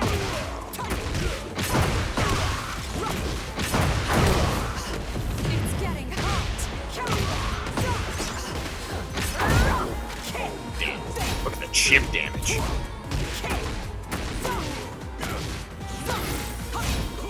oh man, coverage. Look at these legs just swimming through. The 13 frame heat smash is off the mark.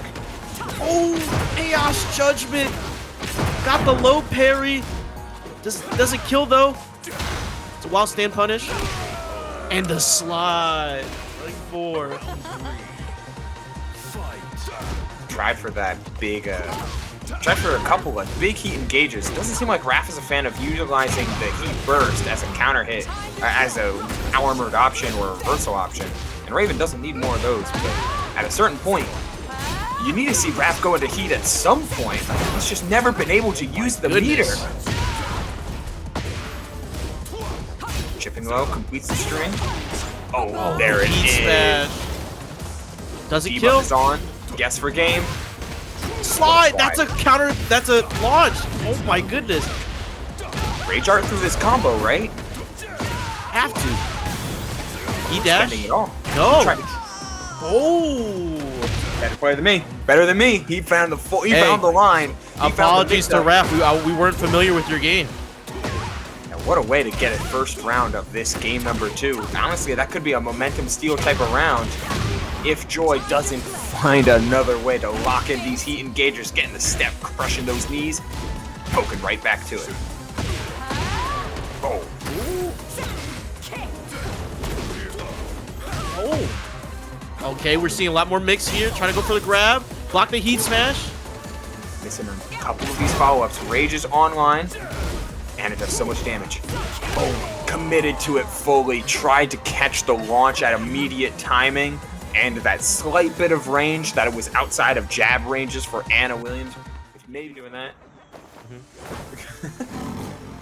Oh, no, here we are. Lidia on the Pac-Man stage. New stage. Okay, if we wanted some chaos and we wanted some flames, there's a fair bit to go around when it comes to stage hazards on this stage. Let's see who's gonna use it and when. Wow, the lariat. It's a little knockdown. Ooh, little homing low, gets a follow-up, gets a counter hit. The muscle armor. Oh, no. Didn't get the follow-up. Wanted the floor break. What a duck. We're gonna get it here, though. The duck and... Oh, never mind. That's just gonna do enough right off the jump. My fault. Now this is truly a battle of who's gonna be able to chip away at each other the furthest. King's a whole lot better at fighting the massive damage, and yeah, that's oh man, the damage. Almost able to get to the wall. Now 5 wall or floor blasts are available. The nice little down jab to stop the heaven and earth follow-up. Mids, breaks the throw. No counter hit on that shove. Nice little follow-up there. Dr.theJAKEMAN 1 round away from taking a win here off of EXO. Down for a 2-1. Incredible. Unfortunately, the combo looping away from any of the stage hazards, but that's alright. You've got the wall. 4-4 neutral 2. Instant throw break. Like to see that from EXO. Unrelenting. Heat burst in order to keep the combo normalized. Big damage. 4-4-3 as the engine. Very lucky that that move wasn't slow for Dr.theJAKEMAN. Could have been very bad for him. What a duck! The homing high. Oh, do we see a floor blast here? Yes, we do with the Jaguar bomb. 85 damage and more to come. 3-2-2 into heat smash. Yeah, that's worthy of a pretty potent snarl there from Dr.theJAKEMAN. King throwing out that fantastic heat smash just to end off, all out of the Jaguar sprint, mind you. Devastating damage and a 3-0 finish in this first game for Dr.theJAKEMAN, because we're going right downstairs again. Muscle Buster, instantly huge damage, and it's gonna keep on rolling. Chop those low parry. Ooh, Please. Blue Spark, the Jaguar bomb. Gets it into the corner. You're in timeout. Heat burst. 3-2-2 into Jaguar sprint low. Little down jab. Heat smash plus press. Don't press. Don't even think about pressing. Jabs here. Oh, heat engager. Kind of a absolutely massive back one to connect at the best time possible. Not only a huge heal, but some momentum to keep yourself going. A wall splat. Nice realignment in order to get the full combo. A floor blast of your own. 2 of 5 down. And honestly, this round might be down with one final hit. Down forward 1. Keeping the pokes alive. 1 hit away, and the jab will do it. Whew. EXO just turned that around, flipped it to 180, took JAKEMAN to the other corner, put him in timeout. That breaks the floor. I was not ready for that. I almost spit out my drink. Just the The reversals, spit the take, options. Shining Wizard, blue sparked it. Uh-oh. More chain throws. Stretch. 2. EXO breaks out. Got away. Counter hits. Down forward 1 can put you into cat stance. A rarely used stance because of how powerful the others are. Oh my lord! It just keeps going, but we're rage arting straight through. It's like, yep, this is fake. This is fake because I'm in rage. I have a win button, and I don't want to deal with this right now. That's the button you press. Yeah, Rage that's art, it. don't want to deal with the mix. Just watch this movie, please. Yeah, no, thank you. Actually, we're going to the next round. Actually, your offense is nullified. Yeah, take this back to the kitchen, please. Oh, did the heat dash into full crouch just to stand up, adding some layer. Oh, the double hook disaster. I just found out what that move is called. Down 4-2-1, double hook disaster. That's it. King has some crazy movements. It's great. Ooh, Man, these two are TOTG. keeping strings out here. Going lows. Whoa. Down 4-2-1, double hook disaster. That just won him the game. Because we're seeing another cutscene. Ooh. The raw rage art off of Tornado would not have done it. So needed the strong aerial tailspin in order to maximize the damage. Dr.theJAKEMAN finding clutch ways to find that winning those rounds because he's finding the gaps that we mentioned earlier. Some of Lydia's pressure, dangerous as all of it is, a lot of it does have pretty frequent gaps that are consistent punch. Absolutely. Oh, And if you know them, you can abuse it. Gets the while staying 2-2 into Jaguar sprint. EXO still in heat. Good dunk from Dr.theJAKEMAN, just what the doctor ordered. And we might see a win here. No. Dash on the political storm. Gets a hit. JAKEMAN pressed. What a get up kick with the mid. Went low. Final round here, game number 2, DJ. We're seeing two players fight and hook and swing and everything in between. Down 1 into the heat engager. What a parry! Just when you thought he dug into the moveless more. Can't rely on that parry every time. Finally, the heat is gone. Already had 3 stacks. Giant swing. Gaining back some of that heat meter. Oh man, what pressure here. Oh, that's where the throw. Charging it up. Charge it up. Go with the low again. On the 4-4-2 kids. Wow. That only connected because the last time Dr.theJAKEMAN had to do a get up at immediate timing, which was also a read from EXO, was the mid get up kick. EXO was thinking, yeah, you're gonna do it again, and I'm gonna blow you up for it. Exactly what it did. What a bet. A very safe risk to take and a high reward one to win the round and get on the board for a game number 3. And dominated thanks to the muscle arm. Oh, hop knee. Went for the grab of the tornado, spinning Jaguar bomb. Oh, I thought there was more combo. But heat smash, went for the RKO, no punish. Down 3. Round 2. Like that from Dr.theJAKEMAN. Just step back, put out a couple jabs. Half the point. Half of King is a grappler. The other half is a counter hit character. A great way to counter hits with good range and good pokes. Oh yeah, these characters crazy. And the best way to establish some counter hit timings is to put out that nice and simple jab. And King's got a good one. Whoa. Pressure is All on out here. More pressure, more plus frames.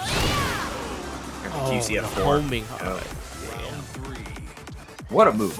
GCF4, insane range, homing high, plus frames, is duckable, and we're seeing JAKEMAN duck it and find the opportunities, but it's still good. So crazy that JAKEMAN went, we hit down 4-2, down 4-2, and it hit. Didn't finish it. Just we kept doing it. Wow. Didn't Jaguar sprint after the heat smash? Right for the hop knee instead. Just quick shove, no counter hit.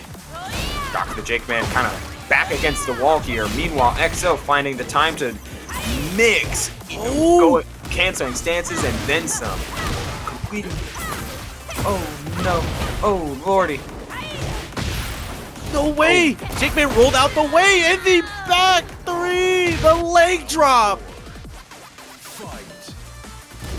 Man, seldom see that option from Dr.theJAKEMAN, preferring other means of beating and using armor, like with that muscle armor. Case in point. But what a jab into grab! Nice stuff from EXO. It's a great option. Oh, look at this combo. Optimization, doesn't get the floor blast. Quick jab. Whoa. The evasion. Chopping through. Man, how quickly EXO can rotate stances. Oh, trying to make it so we're getting to a final round here. Vocal Storm goes low, poking mid and the down forward 1 for further extension. We've got ourselves a final round here in losers quarterfinals. Double Roichi, the final here. Who gets to move on and who gets eliminated from Paragon Online? Let's see what happens. The running D gets stepped into 3-1. Or 3-2. Oh my goodness. Gets the follow-up. Gets a little ender. No great health. The combo's still going. Spike it down. OTG. Spring kick. Shocking. Oh my god, the counter hit down forward 2. Double fist disaster. And the counter hit into the heat engager, saving that resource until the very end, but the down jab. EXO not going down and not just gonna stand there blocking as much as Dr.theJAKEMAN wants him to press. It is getting down to the wire with just these jabs, these mids, but we're jumping at the hook disaster with the rage arm. Dr.theJAKEMAN eliminates EXO. Oh my gosh. Oh my gosh. We were just stutter stepping, trying to find the timing. EXO was trying to jab just to check. And Dr.theJAKEMAN just found the down for 2-1. Wow. Brilliant. Absolutely brilliant finish. And you know what? It came down exactly to it. This is Rapid Cuddle Core. More to see and more to do here, DJ. It doesn't stop until the fat lady sings, I suppose. But I found out that low is not quicksand. I heard someone call it quicksand, but it's called tornado destruction. Oh, that's pretty sick. If I push up my glasses a little bit, it's still a well, actually, it's tornado destruction. Thank you. First, get out. First time we've seen Cuddle Core in a minute. Should have been playing Flow God. We should have saw that set, but I guess Flow God's been, he's just gone.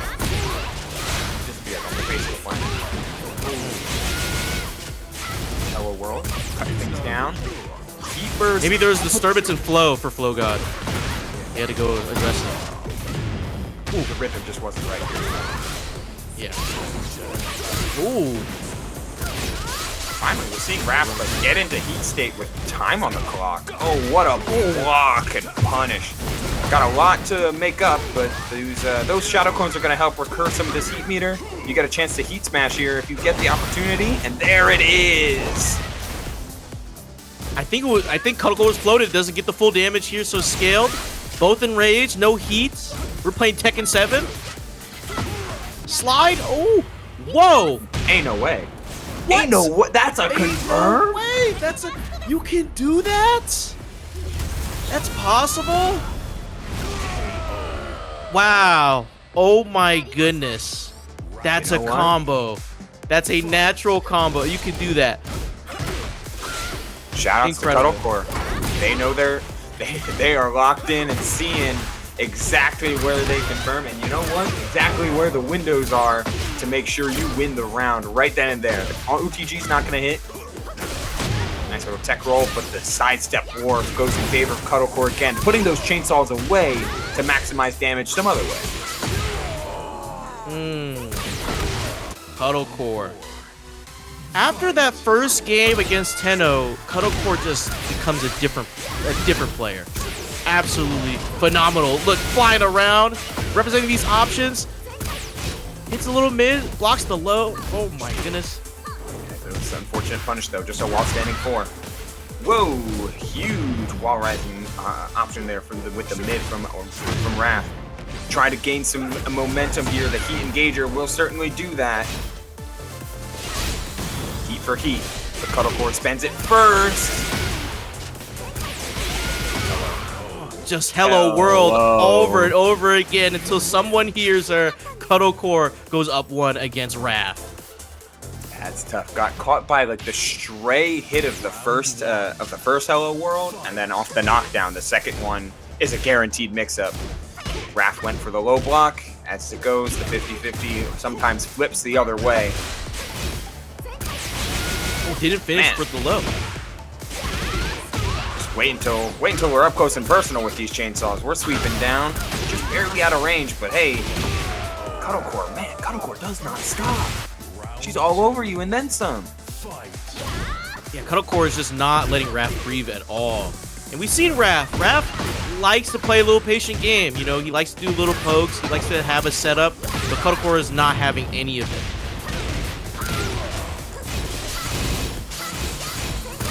He said it. Raph is willing to give up that turn to block, and that's a whole lot of momentum you're giving up to Cuddlecore. Man, heat smash, that rip, white state. It's a lot to power through and a lot to come back from that Raph isn't going to make it up. Final round here, survival round for Raph, trying to keep in this at least for another round. Oh, nice counter hit combo.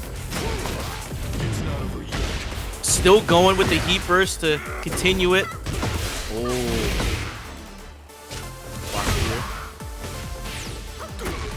So menacing.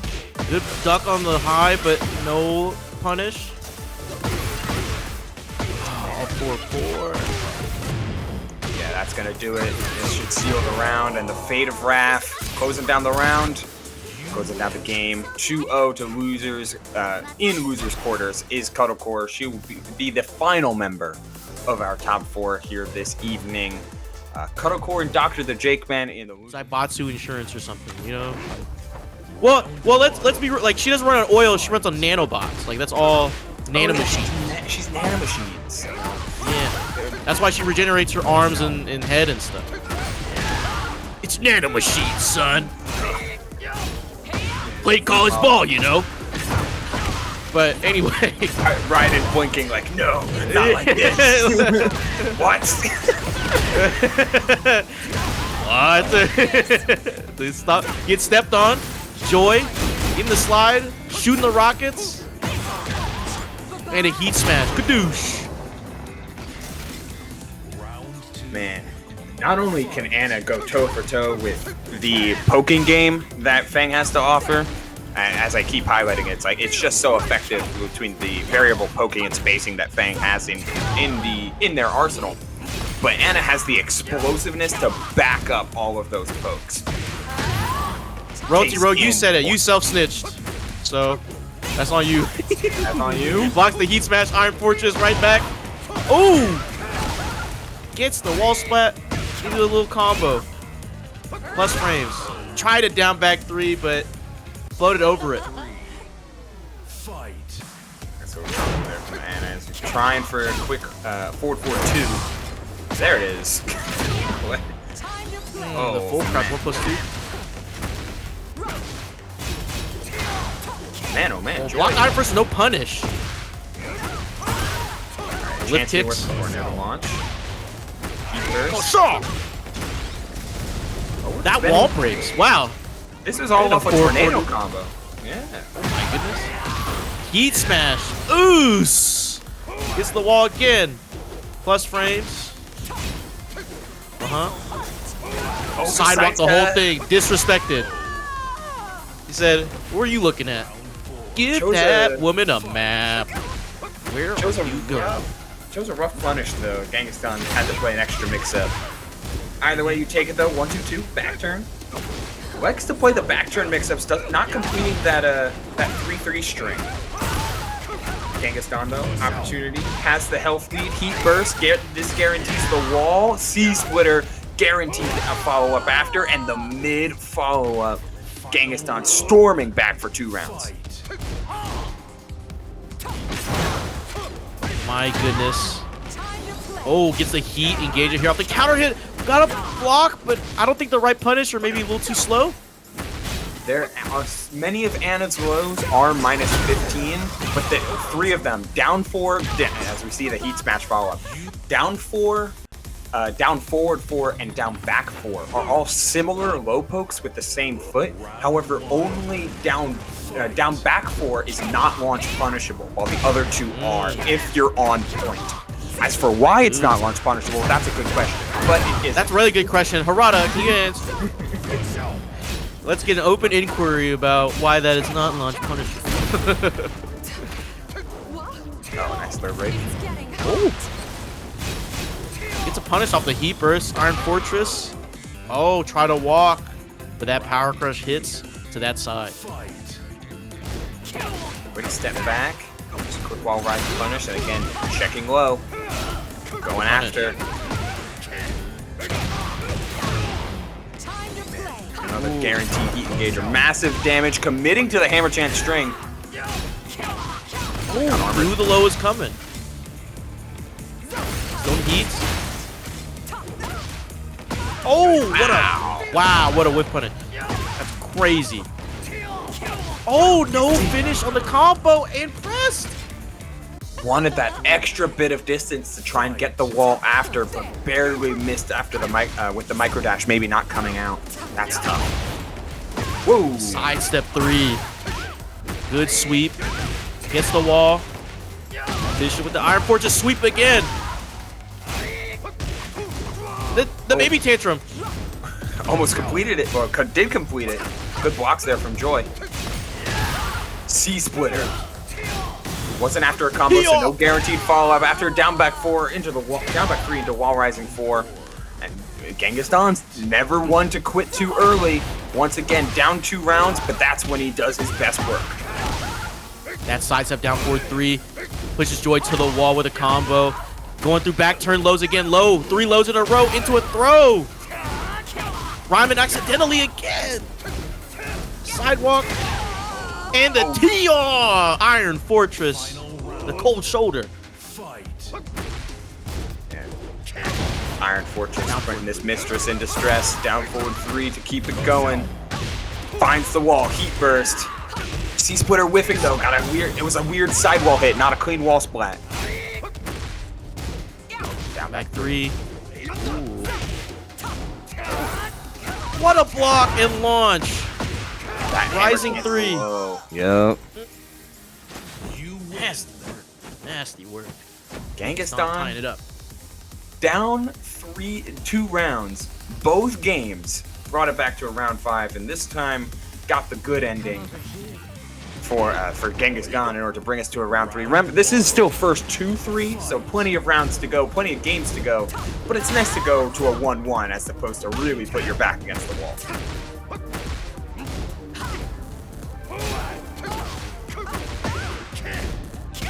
A lot more pokes this time. Genghis Khan controlling the offense.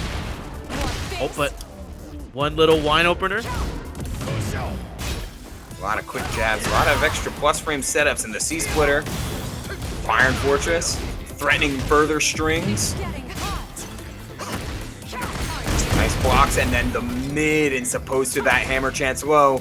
Slide's not gonna end it, but with the heat online for Joy, that 13 frame heat smash after a sidestep perfectly placed to take the round. I wonder if when that first slide hit, that Joy could have hit the rocket. Because, you know, Genghis Khan was getting a back turn, back facing. So I wonder if they could have killed there. I would think so, right? He hit the slide. That's a follow-up and heat. All the same. And the baby tantrum again. No punish. Mid-low completes the string, but Genghis Khan respecting a lot of the pressure that comes after it, instead just playing sidestep after. Neat stuff here. Both players starting to recognize the layer that they're on and are representing a lot more quick sidesteps in the sidestep 3. That big sweep. We're close to the wall as well. Heat burst. Nice clean finish. C-splitter guaranteed. C-splitter. Whoa, getting blocked. Oh.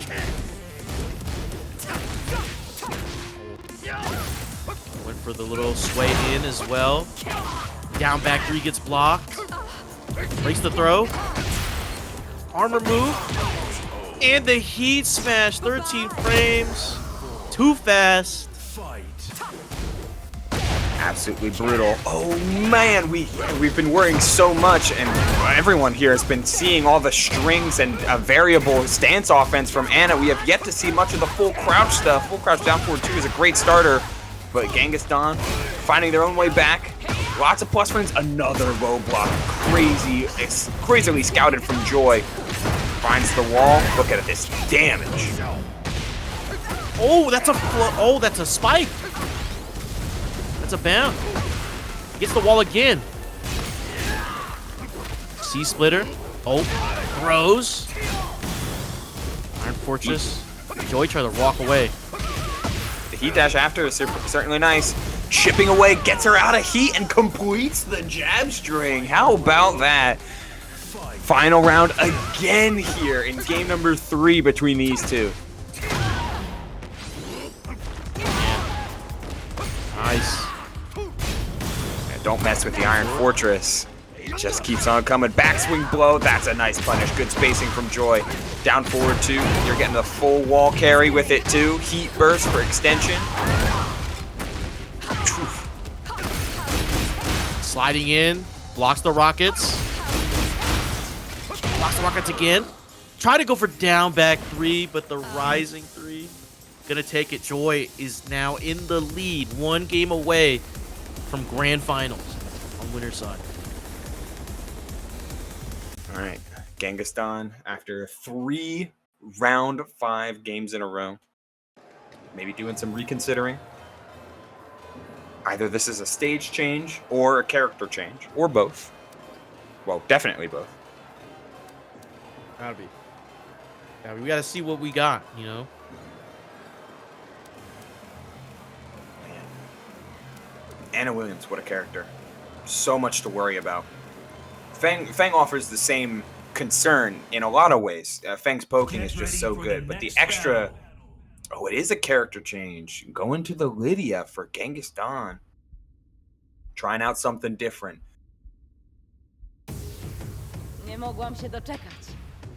It's hard to keep up with the damage output. Unique intro for Anna.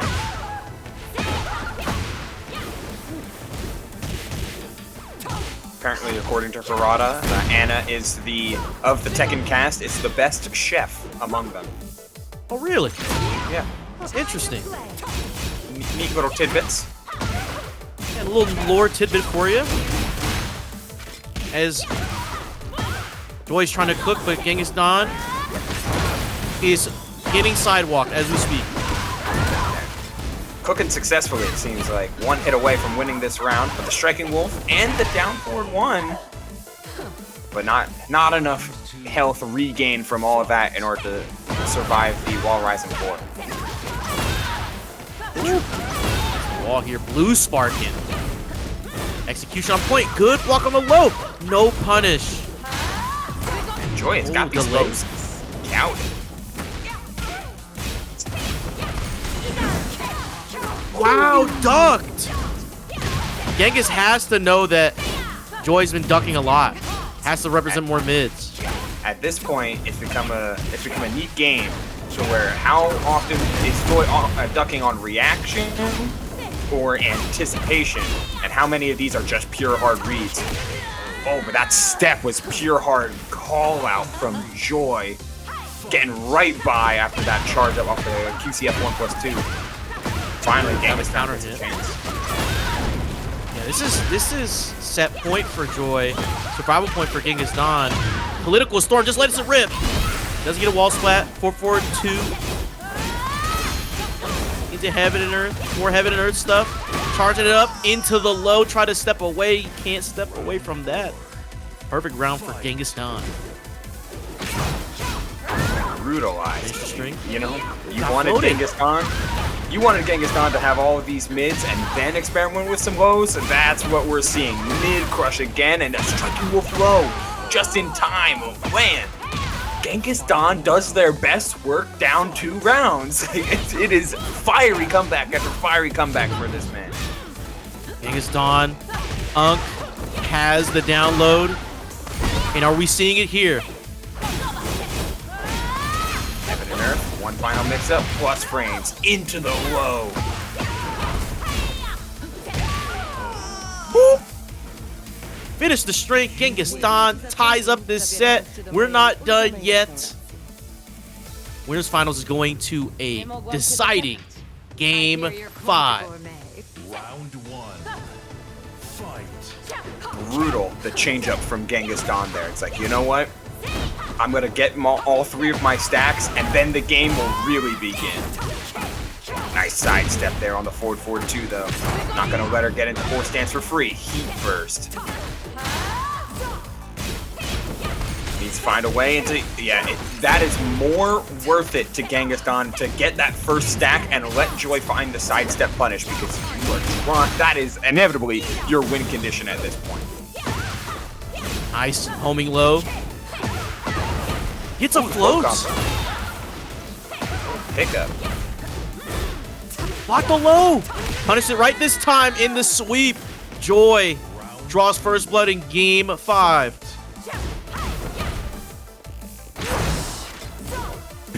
Big swing with that forward 2. Not gonna let the Genghis Don get away with any sort of steps. What are these lows? Chopping down and then the wall rising to punish. Joy is scouting all of these lows that Genghis Don's throwing out. And you saw it on the Feng. He was down there to go all the lows. So, do we see it? Will Genghis be conditioned?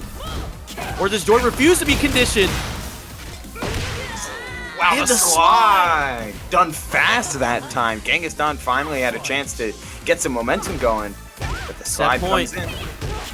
Another crazy sidestep. Into a heat engager. The momentum is real. The sweep is nigh. Joy trying to hold on to a 2-round lead this time, but Genghis Don does their best work. Down 2 rounds. Will they do it again? And, you know, the answer's looking mighty decided. The missiles are coming down. DJ, just one jab is going to be enough for Joy to seal it out with a no-round round 3-0 straight to the face and a 3-2 finish for Joy to seal their side in Grand Finals. All right, our path is set. Winner of this will play Genghis Don. Winner of that plays Joy. Let's get on the path to Grand Finals starting now. Okay, raw destruction stance, sure. Dr.theJAKEMAN's not gonna let that happen.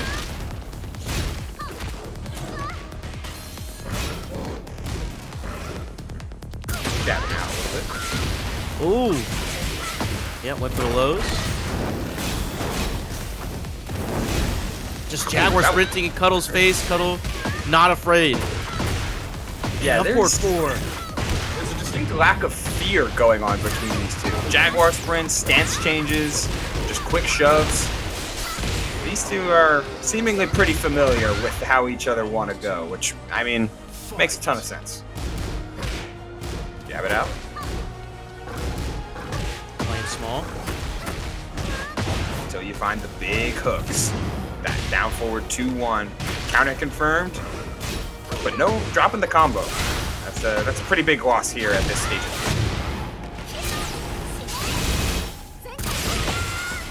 Whoa. Wow, that magic 4 reach.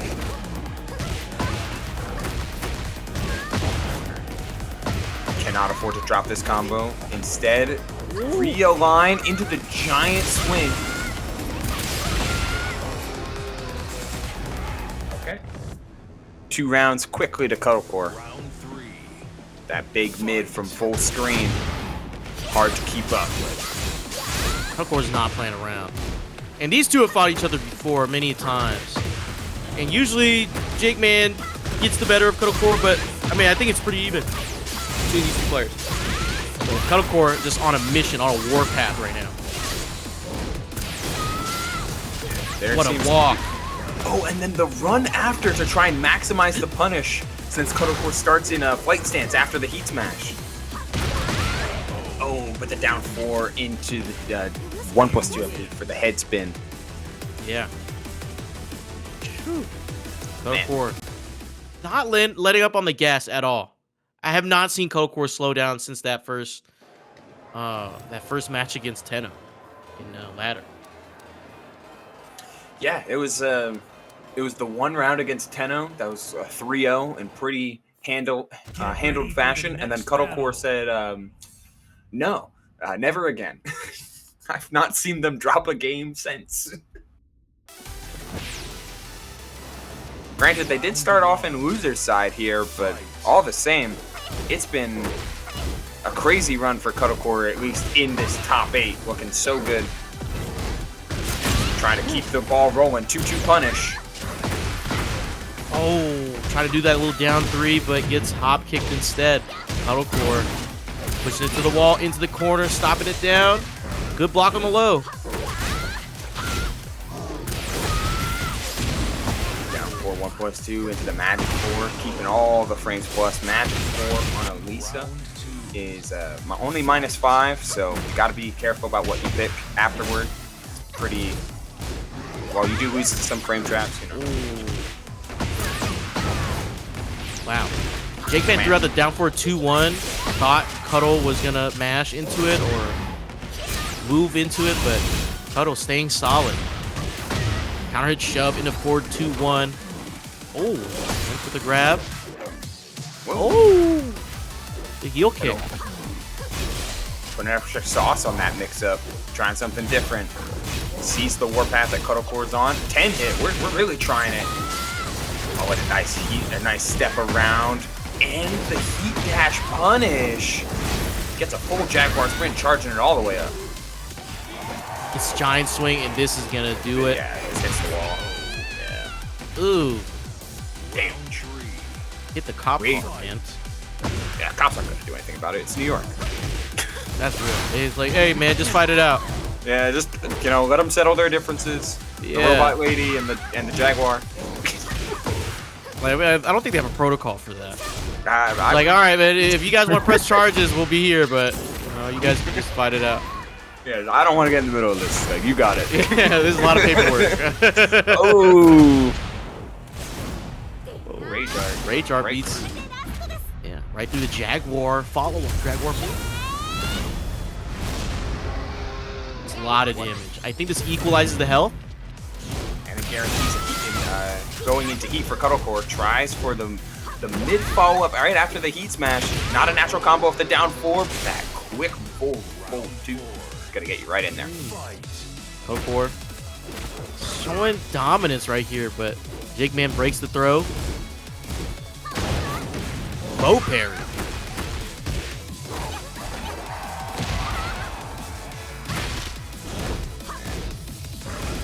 Big man trying to hold some amount of steadiness here. Oh, counter hit on the spot. Again, this is first to 3 territory, so you've got time to work with, but you're never trying to go down 0-2. That's exactly what of course wants. Cuddlecore really responding well to Jake's offense, and the heat smash breaks the armor. Down 4-2 again. That is, oh man, the warpath continues. Cuddlecore 2-0. Looks like we're running it right back on the same stage. Nothing changing, nothing different. The walls are close enough, and King likes walls already. Good start here with the counter hit. A couple jabs, and there's that wall. 3-2-2. But a quick tech roll. Nice stuff from Cuddle to get out of there.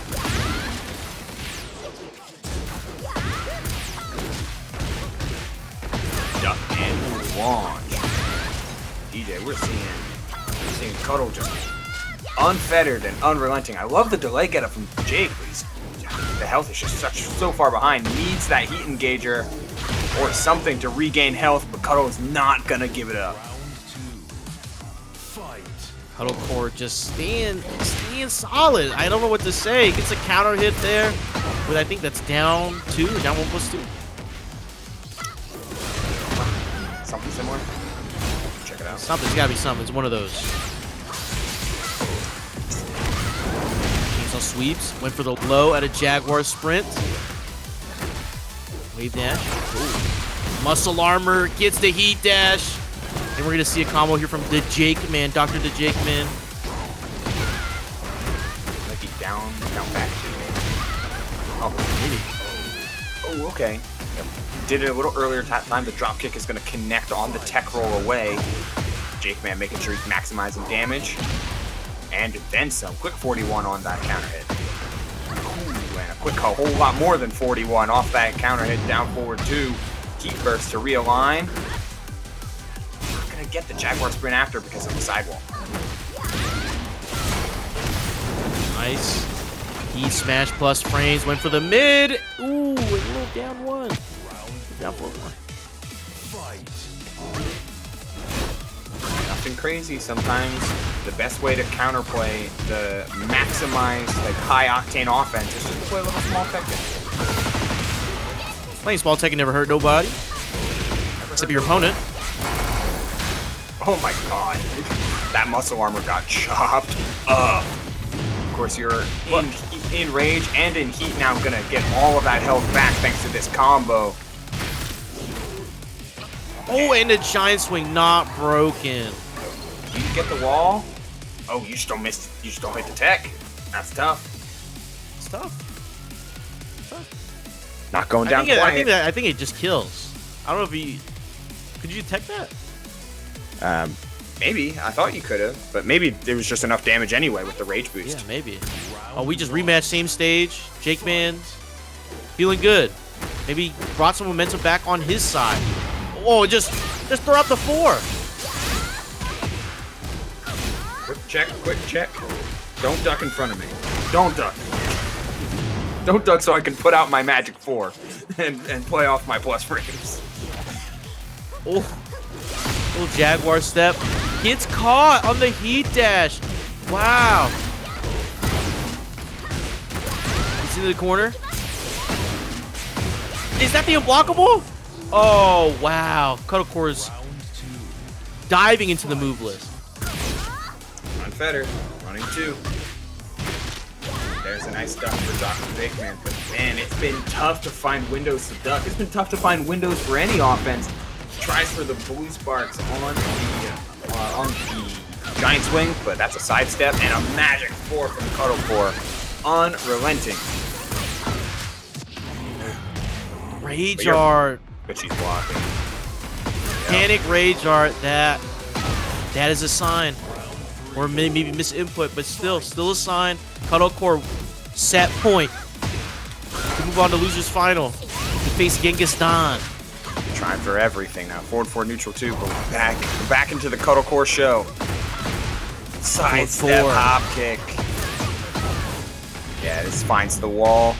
Heat burst to realign. Man, the damage. Basically on your last limbs here for Dr.theJAKEMAN. But the heat smash is gonna mean it's over. Cuddle Core. Dropping a game, but in no worse for wear. The machine keeps on ticking right into losers finals. Sheesh, man. Character as well. But at the same time, he be in your face and do crazy stuff with the Phoenix shift, all the follow-ups. Yeah, Phoenix shift is really solid. Also with a hard parry, able to power through any weapons like those chainsaws, any part of the body. Plus frames off the Phoenix shift 3+4. Being able to contest, where are we going? Holy. Tekken is a 3D game. Yep. But the third dimension, the Z-axis. Forward 1+2. Nice little confirm there. This Ramu staff getting some work, but Cuddle Core always making sure to sidestep around everything. That wall fight. That's crazy. Down back 4. Nice. There's a float combo though. Mid-check. Yeah, the flame burst, that little flame breath from Genghis. It is safe. Tries for the full crouch down forward 2, no dice, going low again with the chainsaws. Not even letting Genghis think about getting into heat, let alone just put out a jab. Down forward 2 gets blocked and punished accordingly.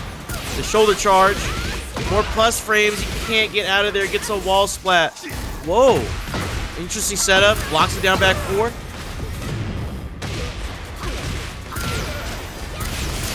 Damage has yet to be touched here with this heat and going low again. 7 golden letters.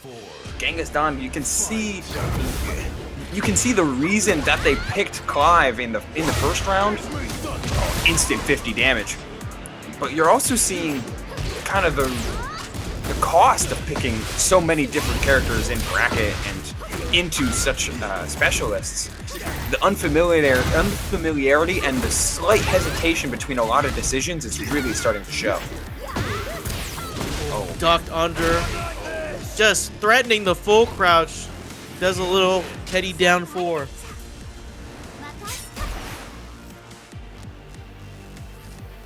Yeah, that is a solid game there from Cuddle Core. Dropped the first game. Did not flinch in the rest. Genghis commits to the Clive though. This counter pick was for a reason. Just need to make it shown.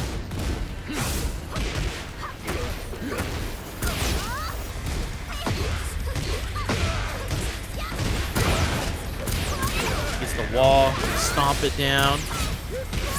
Block the low, nice, and got a counter hit.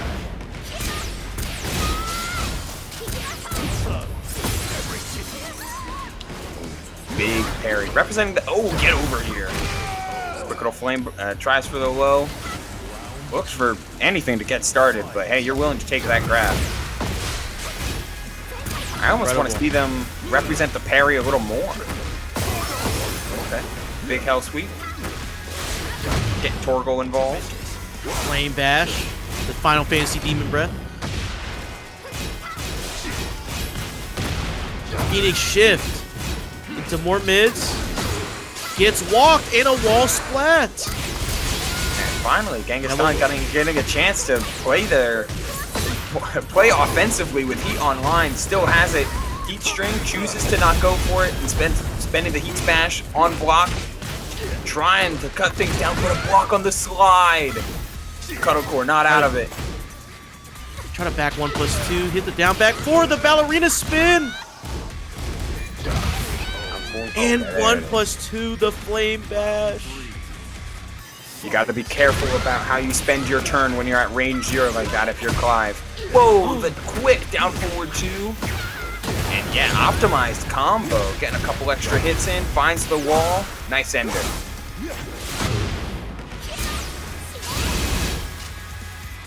Chainsaws in. A little slow load. The wood chipper activated. Tried a perfect dodge, went low. And the unblockable. Round 4. Yeah, that's against more passive players and more passive characters. Characters with good unblockables can go absolutely crazy. A little down jab, down forward, full crouch, down forward 2. That little sword swipe, and heat engager gets broken right through. Good breaks. Finish the streak. Gets a counter hit. Get the wall. Baja Blast. Huge damage. 50 damage right off that. Okay, running into block, getting right up close and personal. Did not want to play the slow game. Might regret that because Cuddlecore is one hit away, and that wall ender will do it from sealing out game 2, 3 rounds to 1 yet again.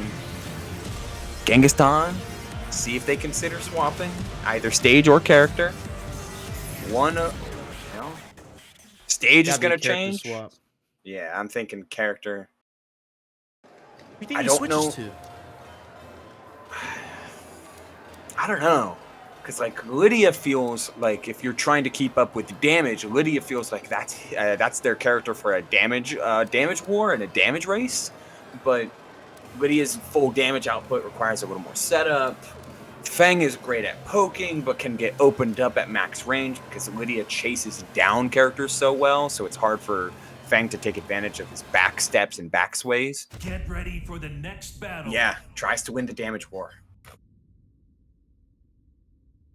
Yeah, the Lidia, yeah, the damage. Need that. And we're on the Pack Pixel stage, so floor break and 5 floor blasts wait below. Let's see if we get any of them. We get none. Fight. Winner of this will play. Winner of the set will play Joy. Genghis Khan. Seeing if they get a chance for the rematch. Otherwise, Cuddlecore stormed all the way through losers with a chance to win grands. Ooh, nice little OTG and the confirm into the heat engager. Political storm. All right, Genghis Khan instantly more up tempo and instantly gets around on the board. Nice little interrupts here. Cuddlecore pushing the initiative, not letting Genghis Khan play. But Genghis Khan finishing strings, getting counter hits. Blue spark into the wall. 96 damage. Oh man, oh man. Quick response here from Cuddlecore. Chopping down. He is even, and the engager goes to Cuddlecore. Chopping down. Trying for a little bit of extra push with the Whiskey Power Crush.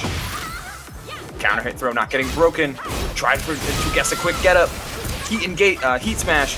Canceling distancing going low. Oh man, it's last hit and the last. Oh, not last hit. What? Oh my god. Oh my god. Okay, we'll take it. We'll take it. We'll take it. We'll take it. Yo, the Cuddlecore got up into the heat so smash. brown. Hit throw. One step. Genghis Khan. You know, this Lidia is starting to really warm up, it seems. Heat burst. Tried to step through it, but the power crush from Cuddlecore came in clutch. Hello world. Man, these chainsaws. Hard to get anything going. Finally a chance for some heaven and earth, and the unblockable came through. Heat burst, takes in the combo. Heat dash. This is gonna kill probably. Yep. Took one more mix. Fight. You know what? I feel like that was worth it though. Like, you got the second Polish mark. You're down already up 2 rounds. It's only gonna get harder for Cuddlecore the longer that this set goes. Especially as Genghis Khan finds the wall, maximizes the damage with those blue sparks. QCF. Wow, QCF 4 into that horse stance low. Oh, we've seen this before. Oh my god, I can't believe that's a natural combo. You could just do nuts. that. How much damage does this do? 75. That's still a good chunk of damage. Get some health back. Still has great health to work with. Pops the heat manually. Slide again. Heat smash. Oh, the stance cancel. What a turnaround has this game been. Finally a chance. Goes mid. 1 hit. And the forward 2 will do it. Genghis Khan staying alive. Gets a game here in this set. Looking to tie it up into this next match.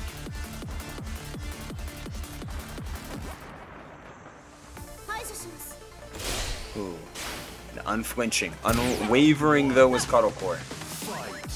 Heading right back into the game on Pac-Land. Ooh,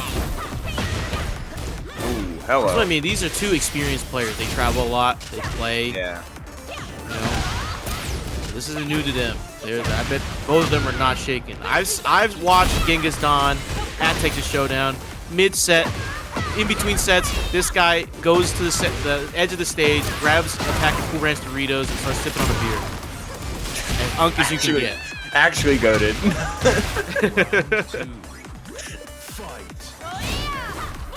Unfettered.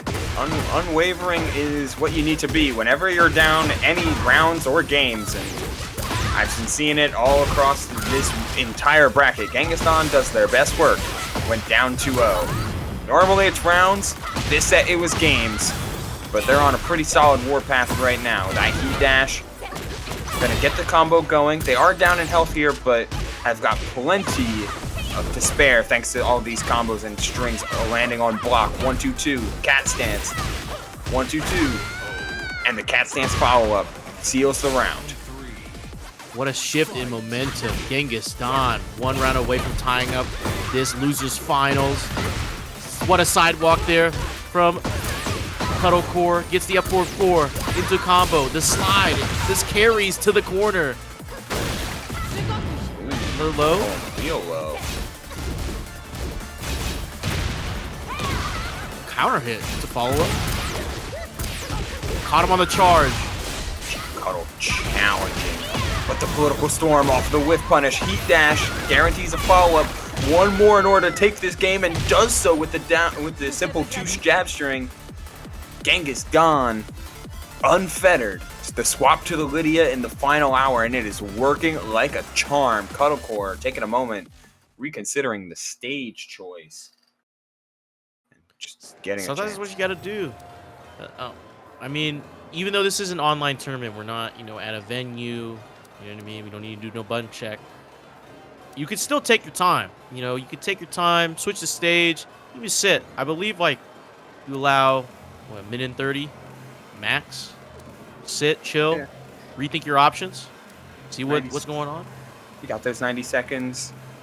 On stage or at an event you could get coaching during that time. It's not typically, coaching is just kind of around here. Whoa, a character swap to the Xiao Yu. Yeah, moving away from the swap, Alisa. the Xiao Yu. Maybe some AOP action to avoid all the Lidia mids. I believe that's what we got going on. Some reconsideration for Genghis Don's offense, but and there it is, the Art of Phoenix. Yeah, New low into parry into grab. Oh, this is a different cuddle, but it's the same at the same time. Different character, same cuddle. Same tempo, different flow. I like that. Ooh, okay. Hypnotist off of the heat smash. Not getting anything, but got up from the Art of Phoenix just at the wrong time, and then the big round 2. Blown up and taking that first round. Armored through. Trying to represent this AOP, trying to represent Ling's evasion, but I mean, Cuddlecore and on the Xiao Yu just hasn't gotten a chance to get started. Genghis Don trying to steamroll, respecting the AOP here. Forcing Cuddle to make a decision. Oh, nice. That was Moon hair palm. Gets a counter hit, caught Cuddle mashing, and Genghis Don 1 round away from running it back to joy in grand finals. Genghis Don does their best work down 2-0. And you know what? They brought it all the way back to almost sweeping here in the game 5 of Losers Finals. Not if Cuddle has anything to say about it, though. Halfway down. Heat burst. Nice. Went for the low to check AOP. That's good scouting. Heat already spent here from Cuddlecore. And a nice pickup off of that AOP follow-through. Damage. Mid again for the call-out. Not going to let Genghis Don get away with a low block or a cheeky hop kick. AOP gets the launch. I've always described Ling Xiaoyu as a character, a death by 1,000 cuts type of character, but Cuddlecore is going big. each and every time. Hypnotist low gets blocked. Mid from the Heaven and Earth stance. Up for 4, spike it down into the OTG.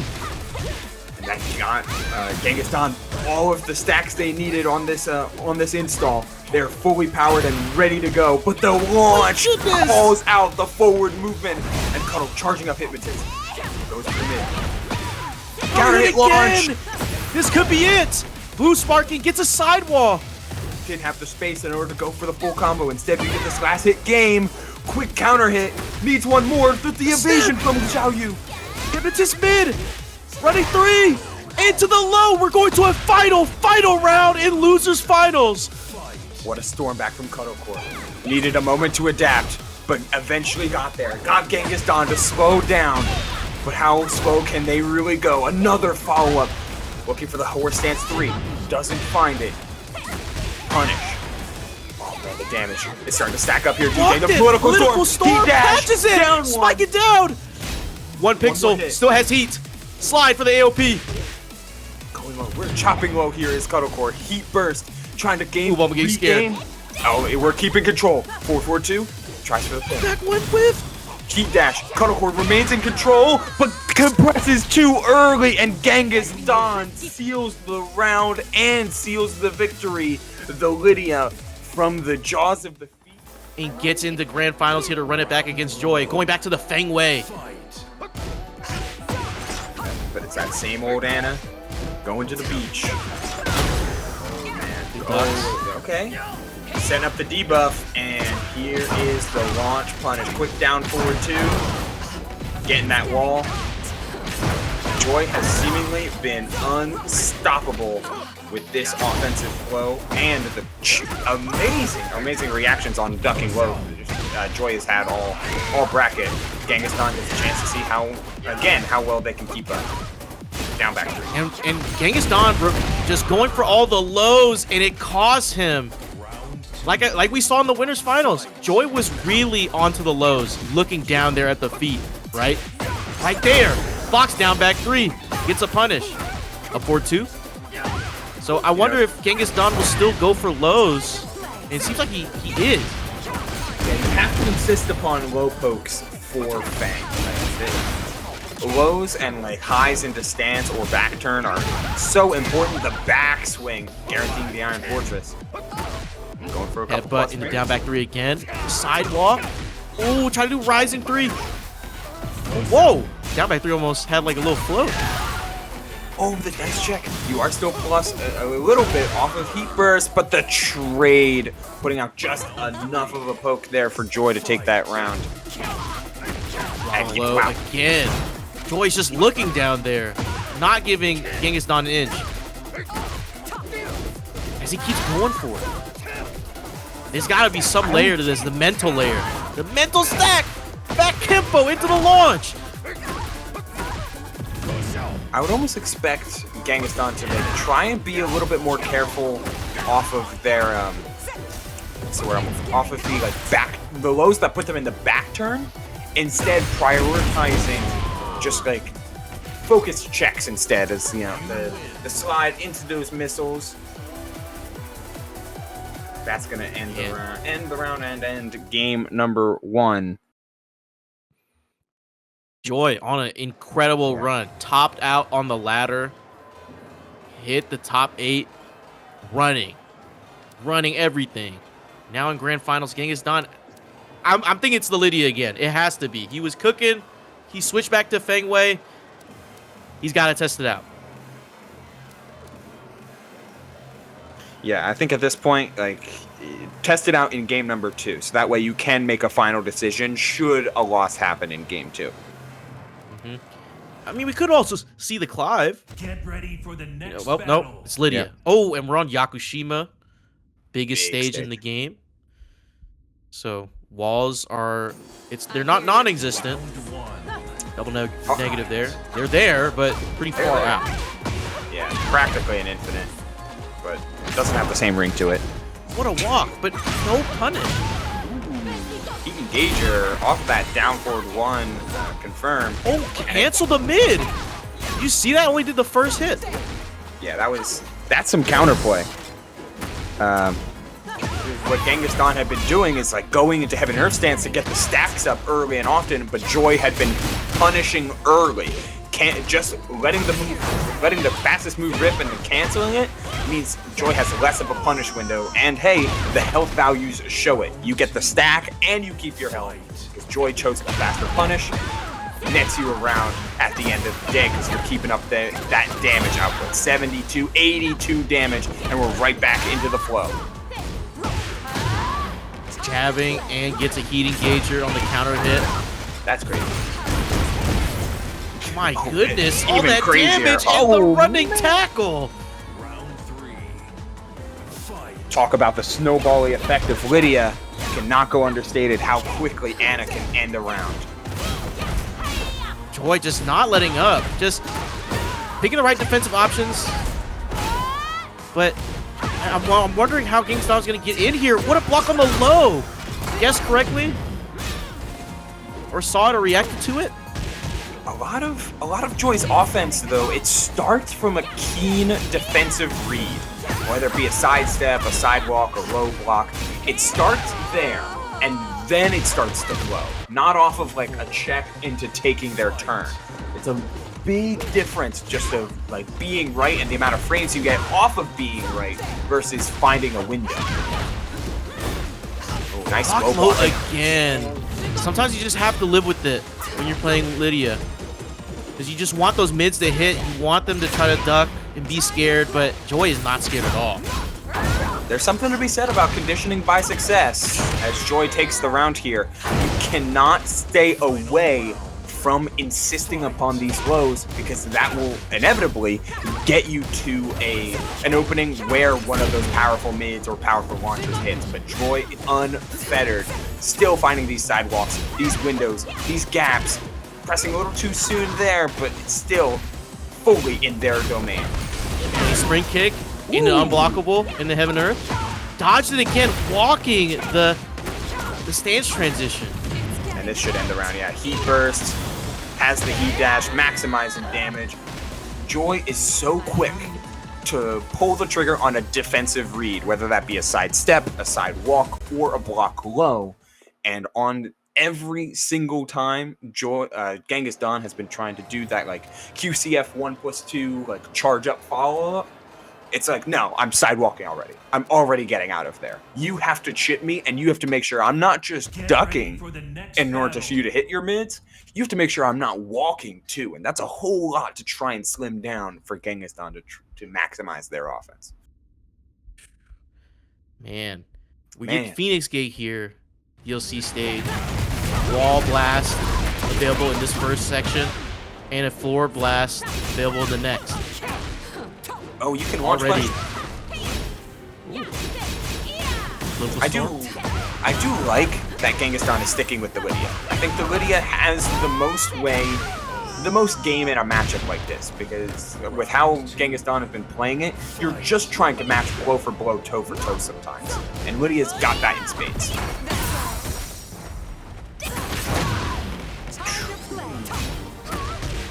Nice block low.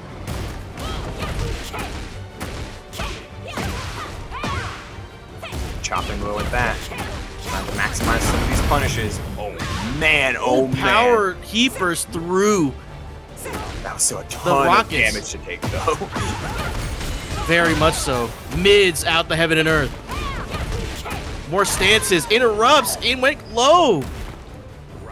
Getting closer and closer, DJ, to this tournament ending in a 3-0. Something I'm sure Joy would absolutely love. 2 rounds away. But Genghis commits to the string in order for it to track with a nice delay in there to ensure it hits, and then a duck on the low-high string. He bursts, connects. Ooh, homing mid. Hits the mid, and a heat smash breaks the armor. Genghis one step away. Already has 3 stacks online as the floor blast is ready to go. Oh, cat stance cancel. Seen some different looks here, some different strings. Something with a bit more range. That down forward 2 connected. Or while rising 2 though. Yep. We get the floor blast here, gonna use it up. Heat burst to extend the combo. Get to the wall. Debuffed. Went for the sweep. More rockets. More damage. Throws. Breaks the chain. Cards it up. Went low. Gets a crest. Cannot sweep on this Dodge amount of that. damage. Oh, both players kind of backing off a little bit. Lag Maybe is a connection issue? It seems like the lag is certainly on their end just as much as it is on ours. Uh-oh. Well, this is just online Tekken. It happens. No Online connections between players. Not the most solid, but we're what we got. I guess Joy's gonna just walk forward, give this to Don, so we can get out of here and maybe reset. Yeah, not sure if that'll count as a game or if they're gonna try and just replicate the same scenario before the lag came in.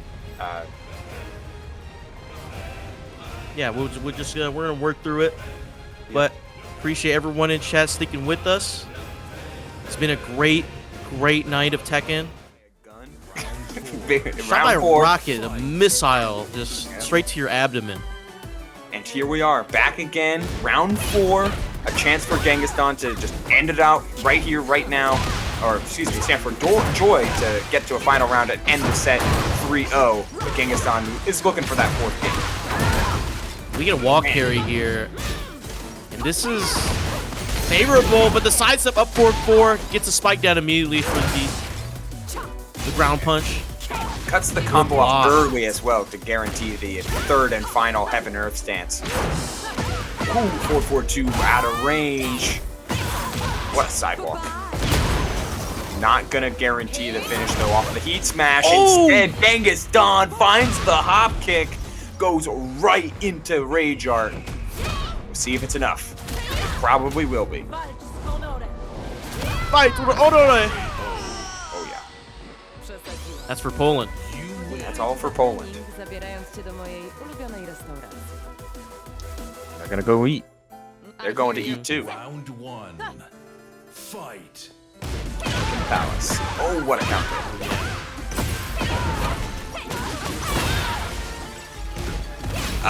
Rough little tech roll there, and a great block from Joy guarantees them wall position. The end of that string, good damage, but not the most favorable spot to be in. Has to try and eventually walk out of there, and Joy is not having it.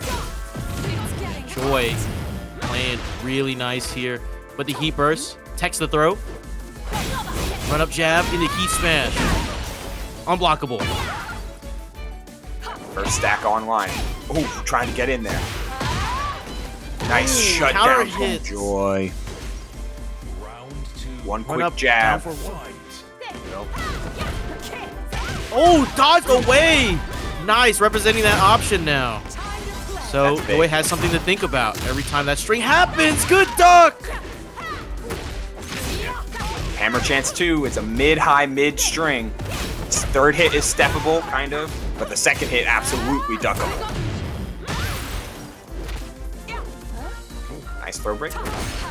Slide. Rockets chip down. Wide I like opener. You get a lot of health back off of all of these little chips. Okay, pressing on the cat stance. Final hit. Looks for down 1, but was out of range. Oh, tries it Down again. one again. Round 3. Fight. Oh, that was the startup of 4-4-2. Oh, and got out that time. What a block. Genghis Khan. Unrelenting hop kick. You know, so many times Joy had gotten away with the 2nd hit low. The mid follow-up finally comes out.